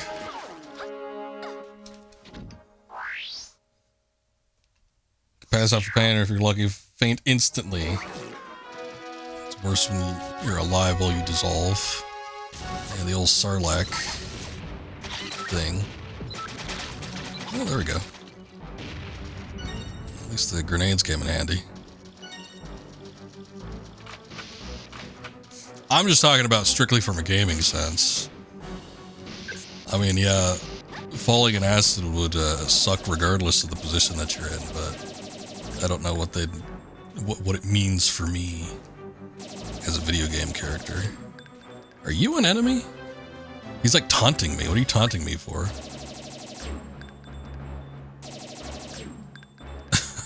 Okay, he's not doing anything though. I can't seem to beat him. I guess I don't want to waste my ammo on him. He's not doing anything.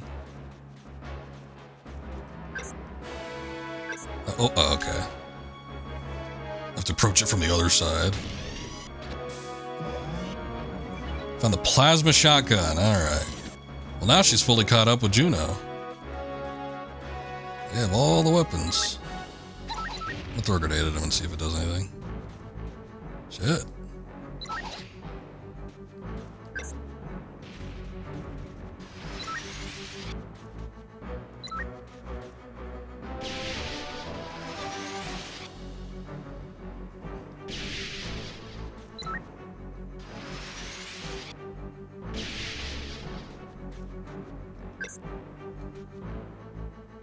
Oh, is he an NPC? Okay. Shit. Well, no wonder. Call yourself a friend? Since when do friends use each other for target practice? Well, I didn't know. I mean, you look bug-like. I'm sorry. Whoa, what's a pretty young thing like you doing in a place like this? It's getting dangerous around here, you know. I don't think a sweet little lady such as yourself should be... Oh, big guns. I see. Let's start again. The name's Fishface. My less handsome brothers and I are a mining company. Amazing Mining Mole Bros Company, PLC. You've probably heard of us. Okay, sure. You're new to the area. Anyway, I came here to cut a deal with Mizar, but it looks like he wants to keep all those pesky little fleabag tribals working for him and no one else. I swear, there's just no talking to that scumbag. We're only going out of business. The only operation we have left is my brother's mine on 8th Essa, I think is what that says. Maybe it's Rith. It's hard to tell what's an R and an A. Better make my way back before that one goes bust too. Not much point hanging around here. Anyway, hang on a minute. You're one of those crusading heroine types, aren't you? Interesting. Maybe there's hope yet. Tell you what, take this key. You'll need it to get into the docking bay. I dare say we could equip you with some better firepower too. If you really want to... What? Og maybe? That old... No. Rub that old tyrant up the wrong way? Okay, yeah. Oh, I'm starting to look forward to this. Hook up with me again down on Cerulean and bring some funds, eh? Oh, maybe that's what the coins I got were for. Go on. We need all the cash we can get our hands on these days. Good luck to you, little lady. Us... What? Free thinkers. I thought it was face thinkers. Free thinkers need to stick together. Yep. Can I have the red key? Sometimes I cannot read this text sometimes. There's too many things that look like other things. You're not in possession of the red key. Thanks for the advice. I'll see you later. What would happen if you dropped into a pit of liquid LSD? Okay, like remember end of Evangelion when like the big convergence happened, what they call it? It would be like that.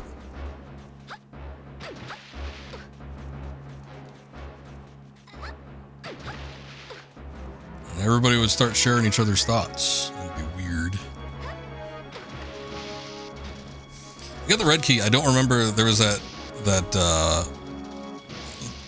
place where we saw the magma. I don't remember what kind of door that was though. I know there was another spot that needed a red key. I think that was at the beginning of the level though. You turn into yellow stuff, yeah. Basically, you turn into essentially it was primordial ooze. They had a fancier name for it. I forgot what they called it though. It was the stuff that the pilots were in. But that's just what people turned into.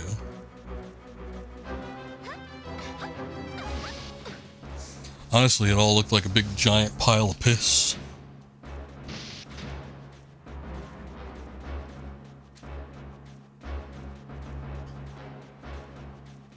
What is down here again?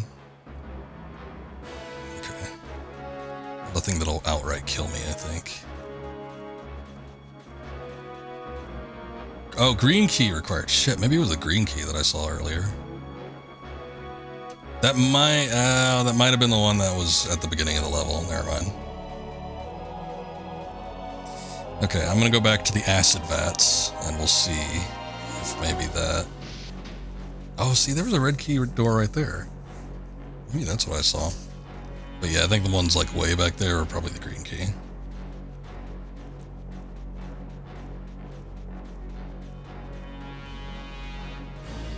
You travel to the next galaxy and they turn into purple stuff. Now both beings are at war.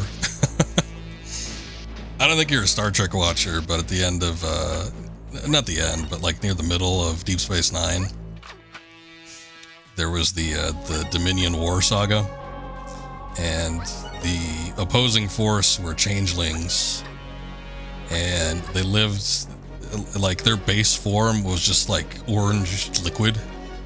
And after I saw NGE, I'm like, holy shit, it's just the changelings. It's like what the world became. Because at the very end of it, you see their homeworld, and it's just like a big ocean of orange goo, orange liquid. And that's basically the end of NGE. So I don't know if, Deep Space Nine, I think, was after EOE, so I'm pretty sure. If anything, they would have taken it, the idea, but it looked exactly the same. I'm like, holy shit. But yeah, they were changelings. They could get out of the ocean of themselves and take on like human form, and they could turn into anything because they were changelings. But yeah, their base form was just like goo, and they all lived inside of each other in like a big ocean. So, basically, forget the movies, the rebuilds of NGE. I say that they all just turned into the changelings, and they had the Dominion War with the Starfleet, the Federation.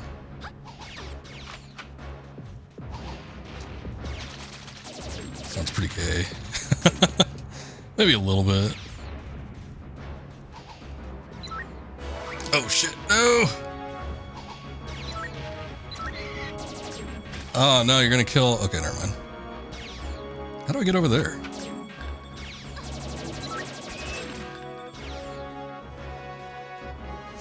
Giant ships piloted by piss yellow and lean purple.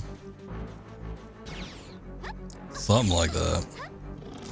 See, the changelings, I don't know that they ventured off of their planet all that often. Well, they did. Usually they'd have like another race like ferry them around though, and then they'd stay in like these little pots. They had these little pots that they stayed in because they couldn't... At least Odo, I don't remember if all of them could, because like Odo was like a weak changeling. But like the other changelings... I don't remember if they could maintain their form all that long, but they'd have to revert back to their goo form after a while. How do I get up there?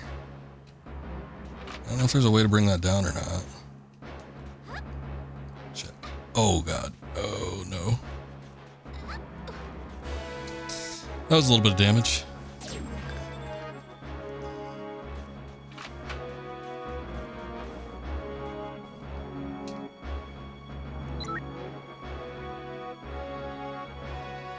Can I, like, shoot them down? That seems kind of dangerous, too. I don't know. I think that maybe the idea is just to jump from one platform to the other, but I couldn't make it last time. I mean, I see these little panels, too. Like, we saw that before. I think eventually we get a robot or something, so maybe the robot can go fetch them. I know the robot sort of flies, so hopefully it wouldn't take fall damage either. I don't know, but I don't think I'm gonna mess with it. Because I don't, look, she barely crossed that gap. I don't think she could make it the other one.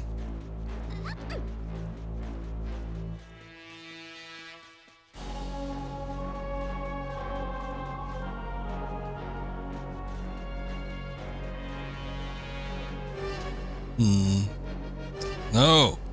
Stop it. At the very least, she grapples on the edge, though, I guess. Compared to the alternative of just, like, falling off of something. It's probably best that the characters just grab onto a ledge when they come to it. I don't know what's going on here. It's like the 3D version of, like, every Super Nintendo game. It's floating platforms as far as the eye can see.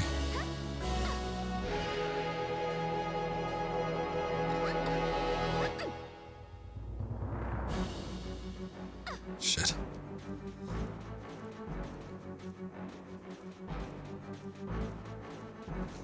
Have you seen the tunnel theory trending on Twitter a few days ago? No.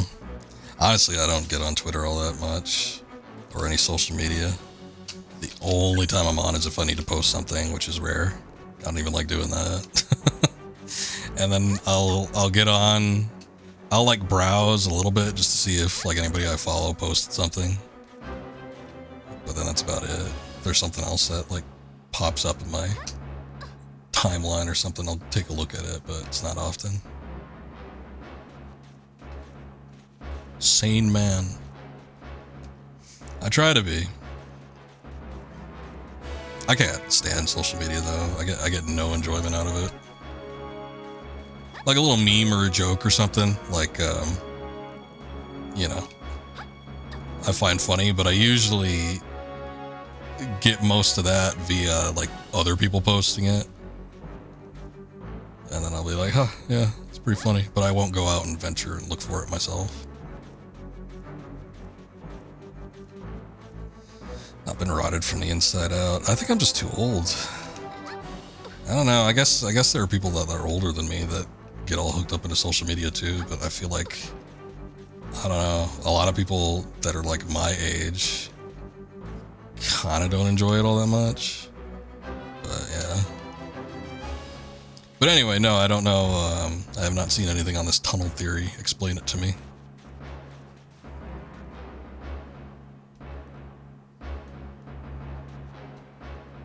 Is it a joke or is it actually something legitimate?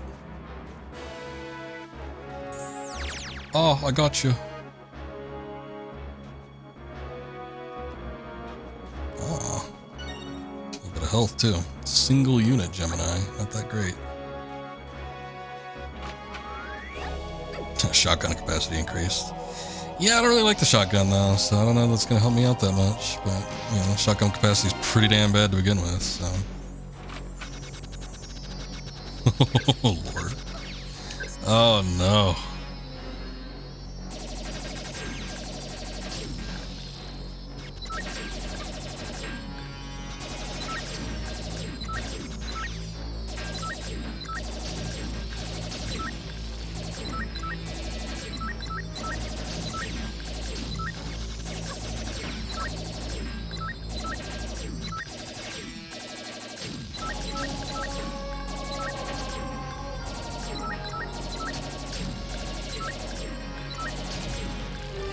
Okay. That didn't go over nearly as bad as I thought it would.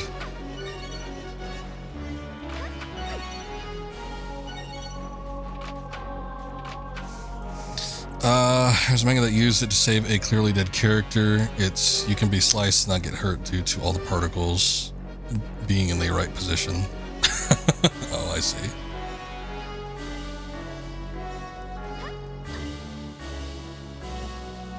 I mean, you know, comic books, American westernized comic books have been doing ass pulls for decades. I can't see that, you know, tunnel theory would be any worse. So everyone is talking about how their favorite characters or villain actually survived being killed.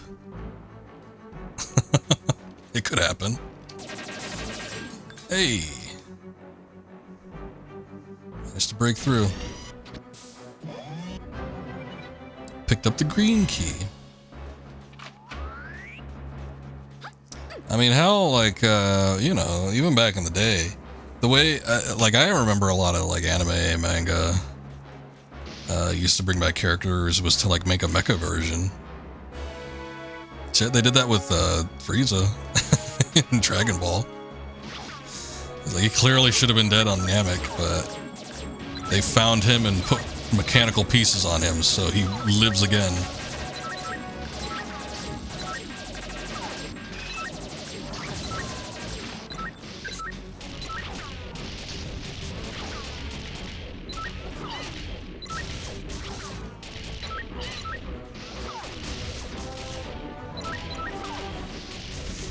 Raditz from Dragon Ball survived the death beam because of tunnel theory.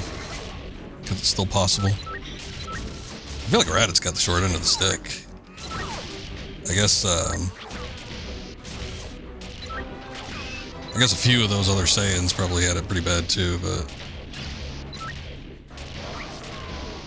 I think I guess that was kind of the point. He wasn't supposed to be that big of a character, but, you know, he was technically Goku's brother.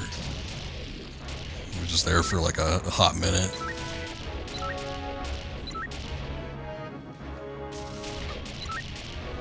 But yeah, no, I mean, they've been doing ass pulls for a long, long time in Western and Japanese, Eastern media. So I feel like a proposed tunnel theory would just be like the next step.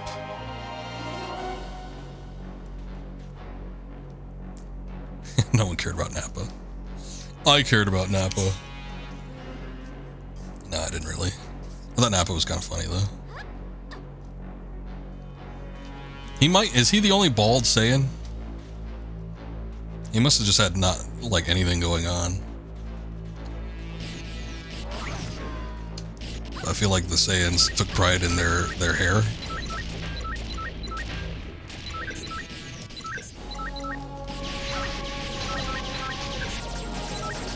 Yeah, I don't think I remember another bald Saiyan, so I'm pretty sure he was the only one.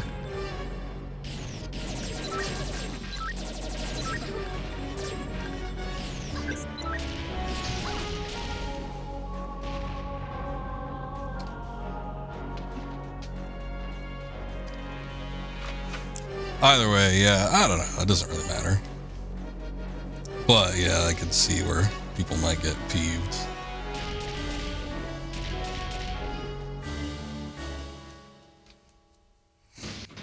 But yeah, way back in the day, they used to have, I mean, you know, American comic books used to have major character deaths, and then, like, a year, maybe not even that, later, they'd come up with some way where, like, oh, yep, he's not actually dead.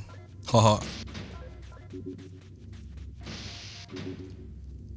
They even made you think Superman was dead for a second. And then they tossed his body into the sun, and, like, the radiation just was so powerful it brought him back from the dead. You know he gets his powers from the sun. I don't know if you know that. What is this? This is a little landing pad, but there's nothing in here.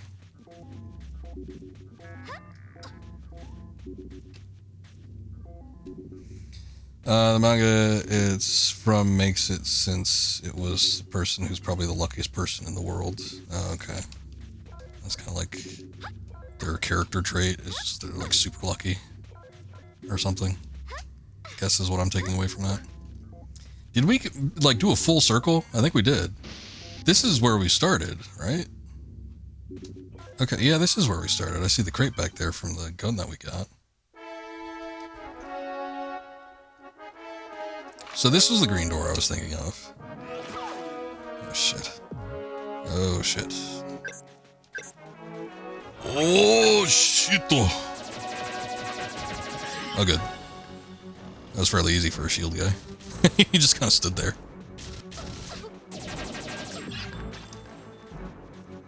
Wait, what's this? Grenade capacity increase. Do I get more grenades? Oh, I think I topped it off, baby. Nice. You put scraps of metal and paper, go ahead and shake it up and produce a gun with mags. Okay. Don't know if I got all that, but I'm just gonna assume that she's a crafty one.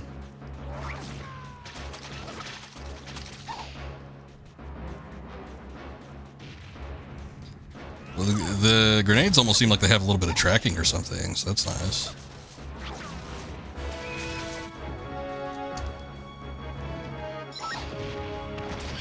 Oh, Jesus. I don't want to blow myself up. Okay. There's still snipers or something up top, so I gotta be careful with them.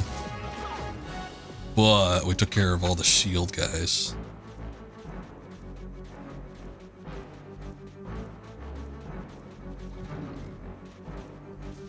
How long have we been streaming this for? 2 hours? Shit, okay. They were not shield guys.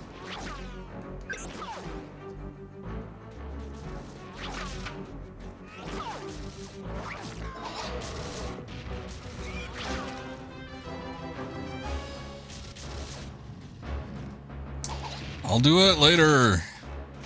I don't want to do it because I was setting up the stream. If I remember, I'll do it. I'll do it after I finish. Shit. Okay, do I have to manual aim with it? Okay, maybe you could go back a little further. Oh, never mind, because I ran out of grenades.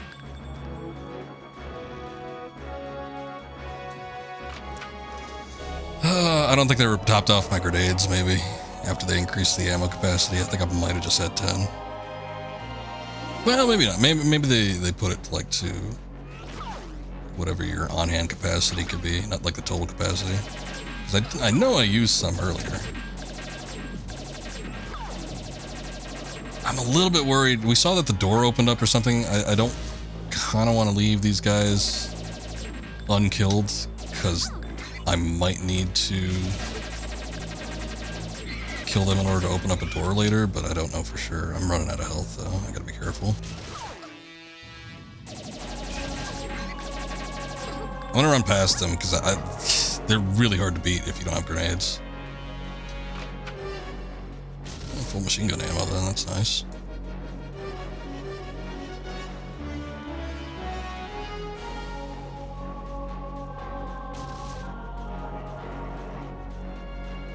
Okay, I think this is the only door.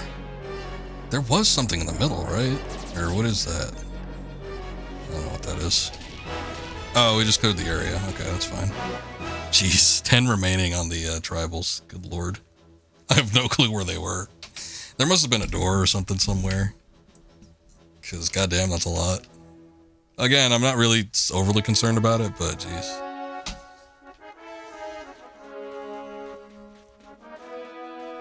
Is that my ship?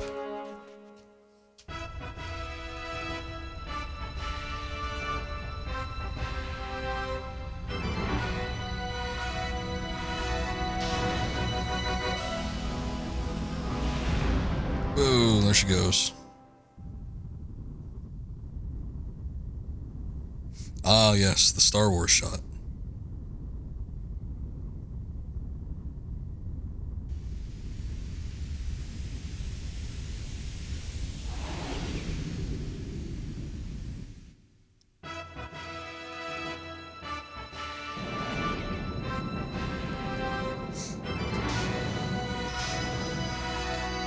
With the little ship coming out of it, it reminded me of Star Fox. Star Fox does the same thing. The original Star Fox on Super Nintendo. They got that shot where the big ship just kind of like flies over the camera and then a bunch of little ships start coming out of it.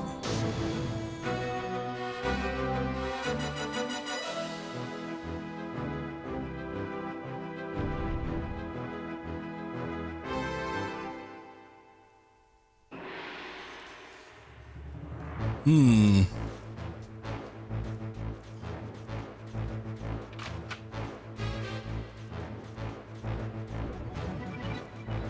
Okay, what was that?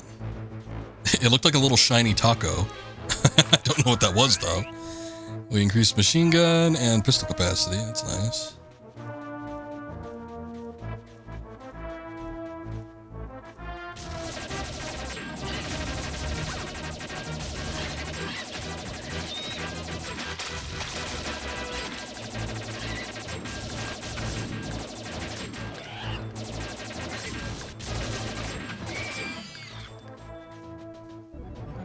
Nice.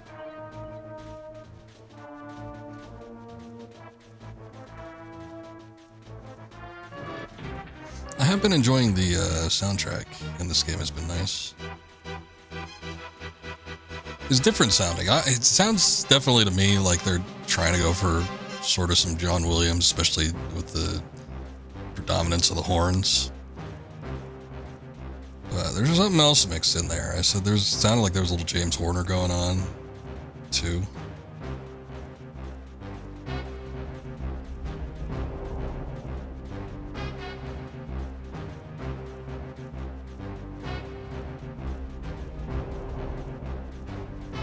Man, that was a big open area.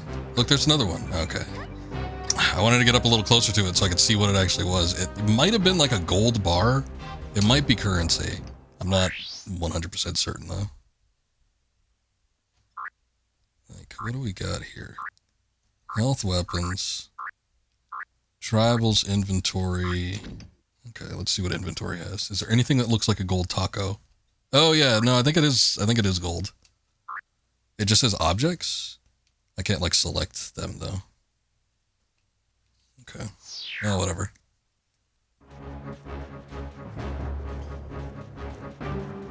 I'm gonna guess that it's probably some form of currency.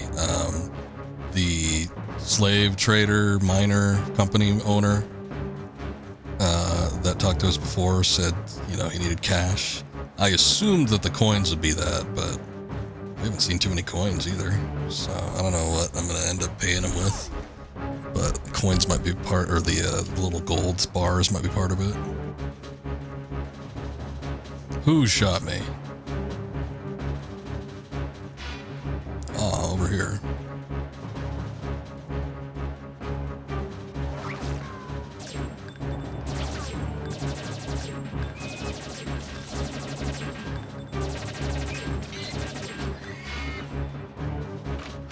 They let their shields go just like a bit to the side, but you gotta like really be on that side. Yeah, that's a gold bar. Okay. It's gotta be money. What the hell?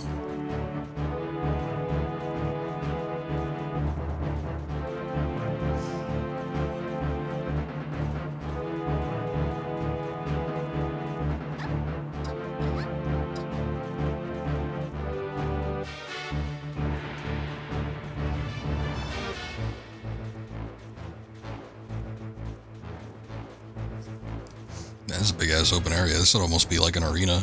I would think like a giant boss could come down in here. Could do something with it.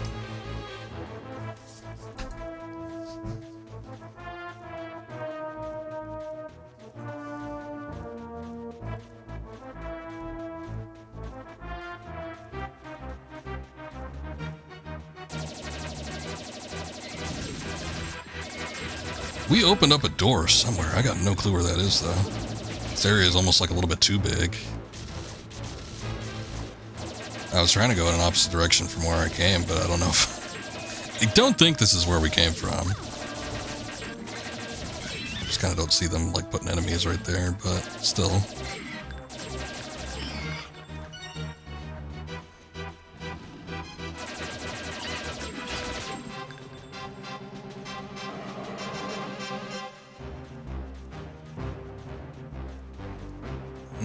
There's a gate. Collect tri-rockets to exit. Okay.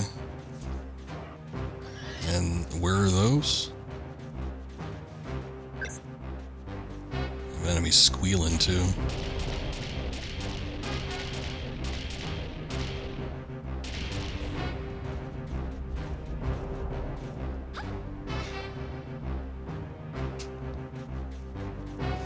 feel like I shot one of the boxes before and there was an item that popped out of it, but I don't know if that was like happenstance. Maybe there was an item behind it or something. They seem to be a little bit explosive, so I'm sort of apprehensive about shooting them super close range. Also, since ammunition's limited, I don't really want to waste it either, but still, be good to know all of my capabilities.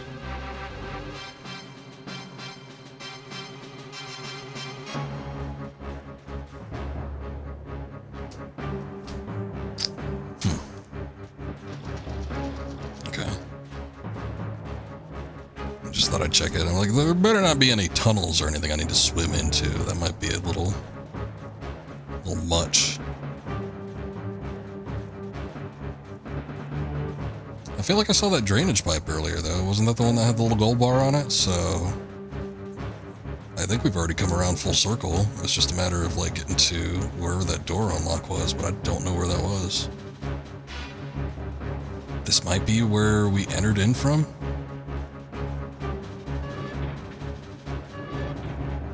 I think it's where we came from. There's no icon above the door.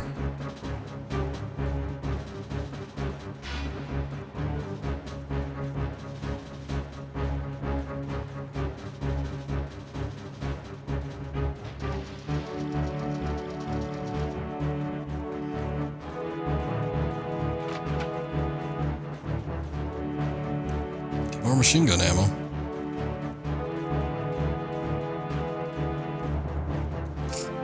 Hold on. There is a map, yes? Oh, we haven't saved our game either. How do I do that? Oh, okay, there we go. That's nice. Yes, map. Yeah. Okay. Good to know on what planet we're on. Oh. What? Whoa, whoa, whoa, whoa, whoa, whoa, whoa. Hold on a second. Oh, no. That's not what I thought that would do. I thought map would just like bring up a map of the area. It was like a select the planet. Oh, no, it restarted everything? Oh, that's not good. So got a little bit of jiggle physics. That's surprising. No, that was really bad. That wasn't what I wanted to do in the slightest.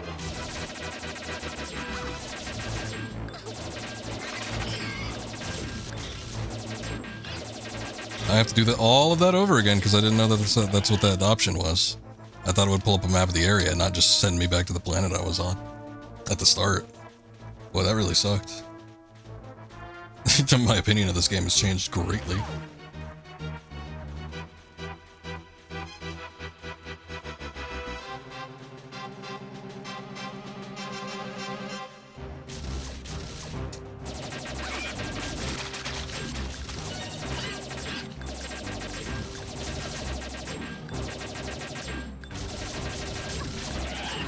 It didn't even like reset my health or anything. Literally, what is the advantage? I guess maybe just go back and get, you know, some of the tribals that you missed. Hey, thank you, Hakiri. I appreciate the work.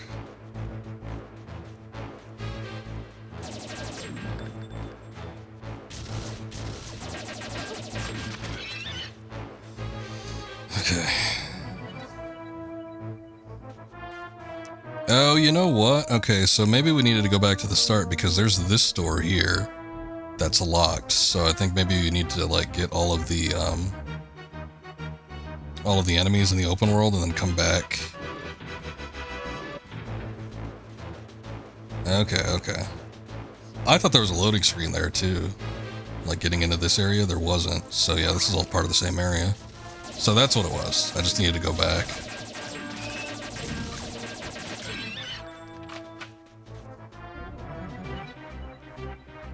Okay. Well, outside of the gold, I didn't really pick up anything else. I don't know if it'd be worth like trying to go back and get all that. It still might be in my inventory too. Hold on.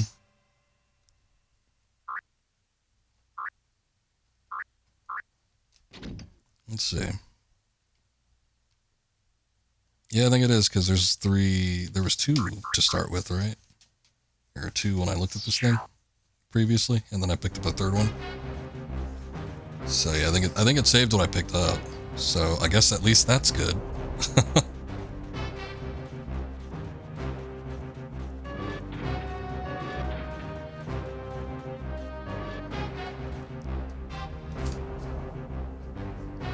Oh, one of these guys. Well, you took your sweet time. Never mind, I've got the merchandise right here. 1 tri-rocket launcher, the ultimate portable bug buster. Believe me, you need this baby. Yours for only 3 pieces of gold. I can't help myself, I'm virtually giving them away. Well, what's the matter? Don't say you left your purse at home. Not at all, let's do business. I got exactly 3 gold. Here you go, 1 tri-rocket launcher, make some noise. Maybe I'll see you later. Nice, and I get a free health increase for my trouble.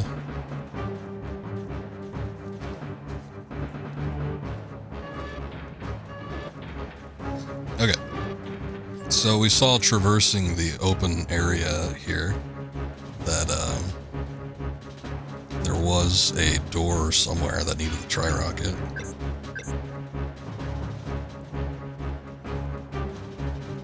I'm guessing we need to, like, why would you need the tri-rocket except to, like, shoot it? So we'd probably need to shoot it down? There still might be enemies around, though. So I guess I'll stick with the machine gun for right now.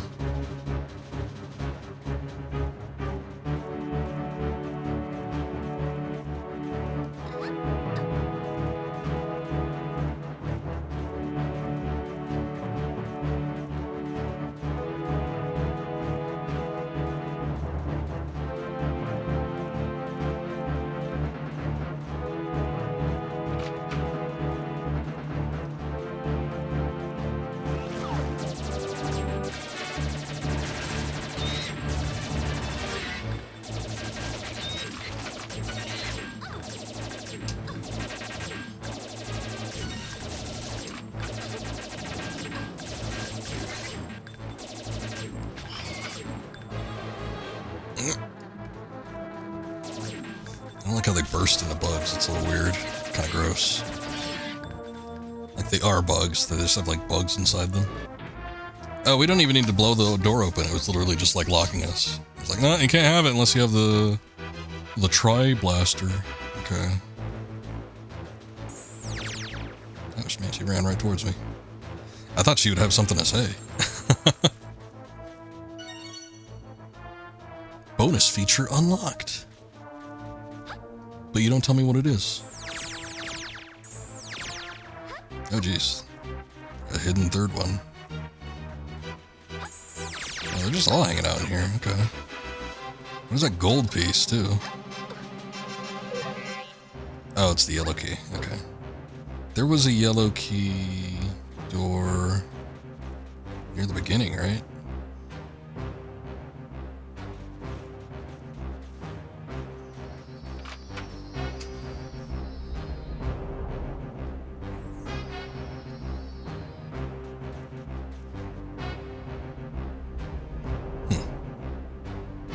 I thought I heard something.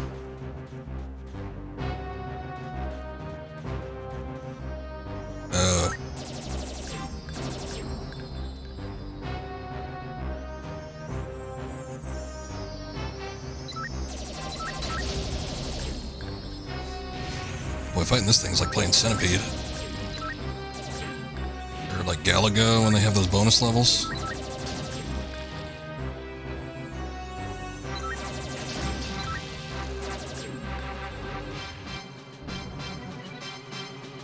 That looked cool. She looked cool standing there at that camera angle for a second.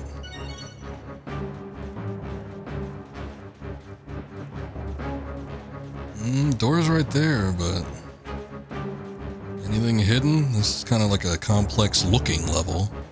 Maybe not in its composition, but it's got little nooks and crannies and stuff.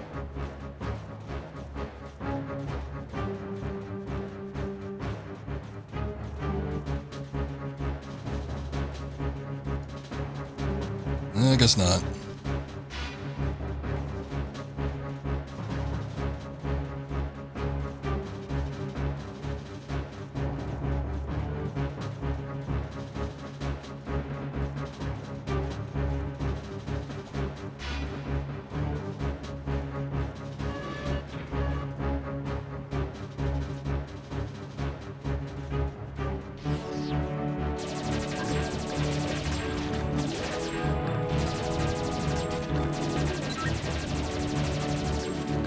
I probably shouldn't do that, actually, considering that they might toss some of the tribals in.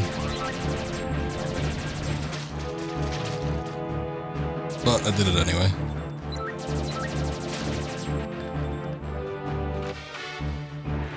Oh, did I miss the health? Shit.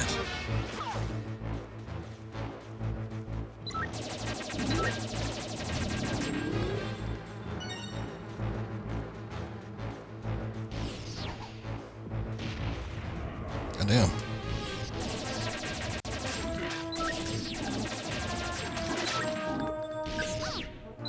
It almost seems like they're impervious to the blaster, or the barrel blasts.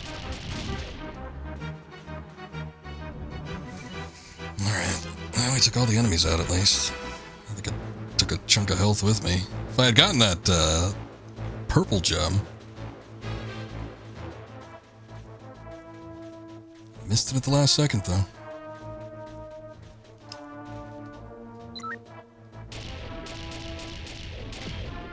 Oh, hey.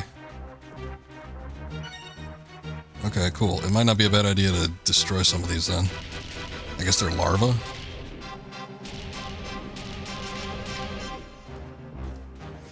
I mean, they're just the blue ones, though. I guess the blue ones are, what, like the two?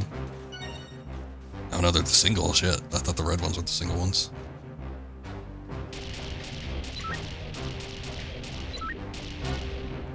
I mean, in a pinch, I guess. Whatever.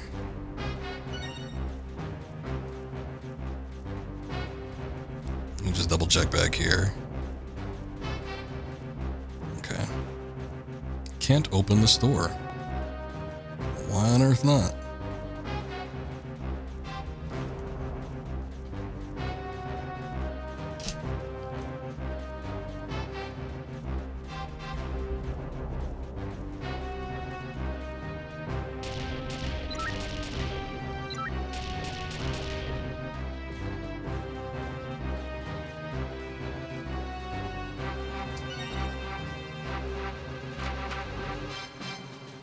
Oh, that's good. I got my machine gun ammo back.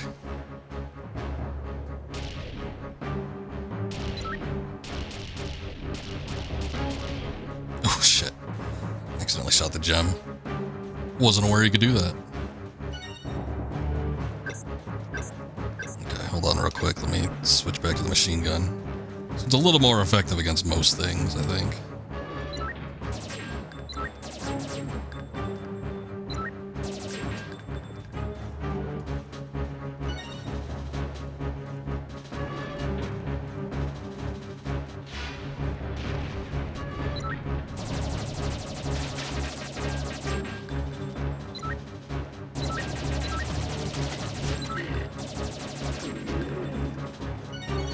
Miss out on that. Tri-rocket capacity increased. I haven't used the tri-rockets yet either. Should probably do that. Next to really big guy, maybe I'll try.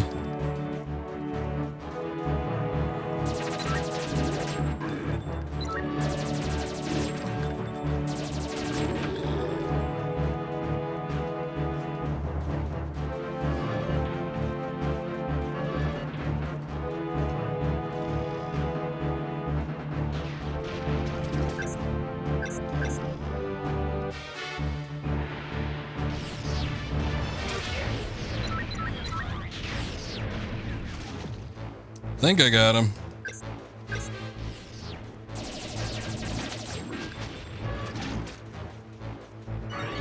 Oh, the red one is the full health thing.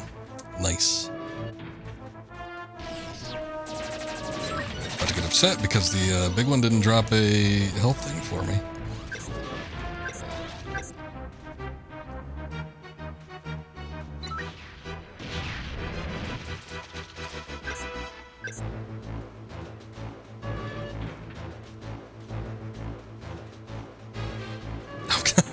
The second time where I walked up to the purple gem and it's dissipated like as soon as I step on it. Jesus.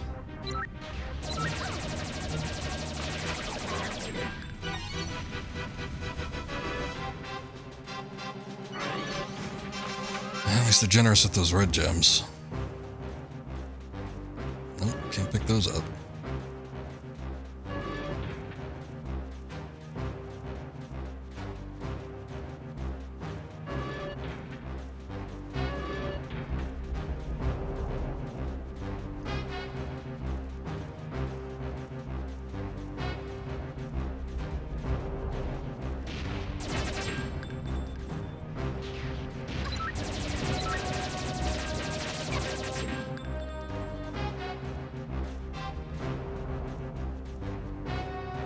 Gem for me? No? Okay. Ah.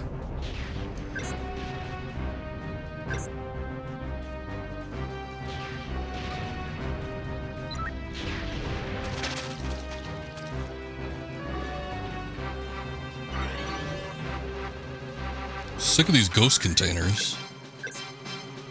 I don't know what they're for. I guess it's like basic pistol. No, it's not even basic pistol ammo. I was like, maybe if I have full capacity at something, but literally every single one of my guns is empty. Or not empty, but it has ammunition missing. Half of them are empty, though. Okay, well, we killed those two guys. I think there was another door that was like enemy locked, so I might just have to backtrack that to wherever that one was. That's what I'm looking for here, though.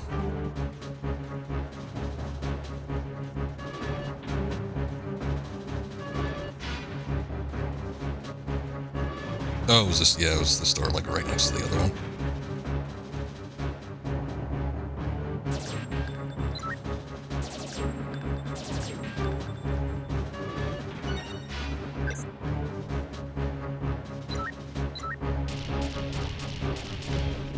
Use the basic pistol for this.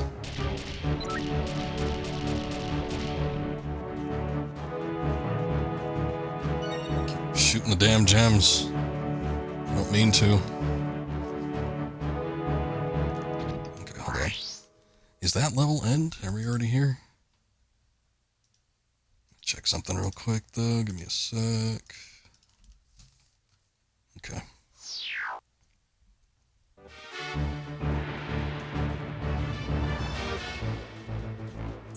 Ah! Hey, those are the last two. Nice. Hiding all the way at the end of the level. Good. I was a little afraid with all the barrels that were in those tunnels near the end that I might have accidentally killed one, but I didn't see an icon pop up or anything, so I was like, really crossing my fingers there. But managed to rescue all the tribals. Man, it really sucked that I didn't know what the map function did, and it just like restarted the level for me, but otherwise, I mean, you know, not bad.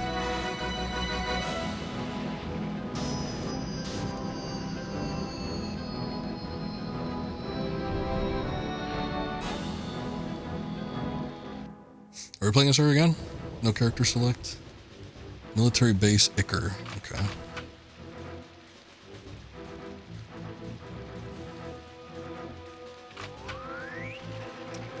Shotgun capacity increased. Oh no.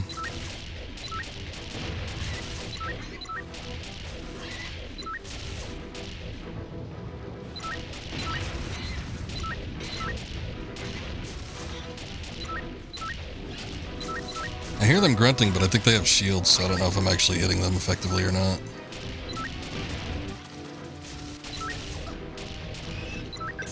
I don't have any grenades. I could use this, though.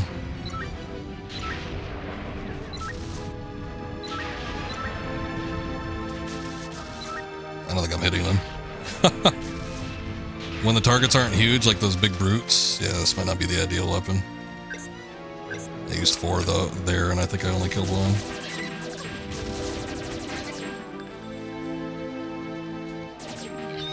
Got him.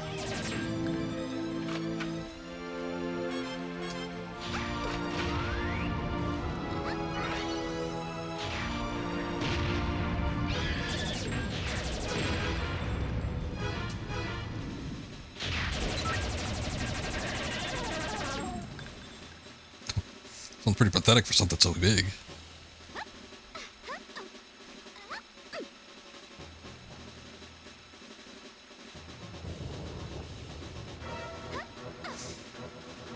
Okay. A little coin there. Alright. I am out of water. So I think I want to go get water, but I also think I want to change up games. This game is kind of fun. I was a little bit worried at the beginning because it seemed a little, I don't know. I mean, it is still kind of, it's not super smooth as far as a third-person shooter goes, even early ones, but it's functional enough. I think definitely switching up to expert control modes and sort of getting more familiar with it as time goes on is making things more tolerable. But yeah, no, it's fun. It's better than Hybrid Heaven, and I know it's a rare game. It damn well should be, but I mean, Konami's a good game developer too. Hybrid Heaven had a nice combat system, I will admit, with the RPG mechanics and everything, even though they were not necessarily random, but it's hard to like focus up on how you want to level up things. But I think this one definitely generally, especially with the level design and anything, just in a general capacity, this game is more interesting, more fun, better to look at. So I think I will come back to it. I think I'm going to switch up to something else on the N64, though. We were talking about Star Fox a little bit earlier. I do have Star Fox, and I've been thinking ever since we were talking about it, like, I might want to try Star Fox. I was thinking about trying the Super Nintendo one again, actually, but I would have to maybe do a little bit of configuration. I don't know if that one's hooked up to my composite cable box, so I think I might just do Star Fox 64, which I have not streamed before, so maybe we'll see about doing a run or two of that. But in any case, I think I'm going to BRB real quick, go get some water, stretch a little, and we'll come back. We'll stick with the N64. I'm going to do some Star Fox 64. But yeah, I definitely think I want to come back to Force Gemini. It's a fun game, so we'll check it out a little bit more. Maybe even just later on in the week, because I don't have like a ton of things going on at the moment. Probably going to do multiplayer, maybe some Soul Calibur 3 tomorrow night, but we'll see how it goes. But give me a sec on that. I will BRB, and we'll get back into it. So, un momento, por favor.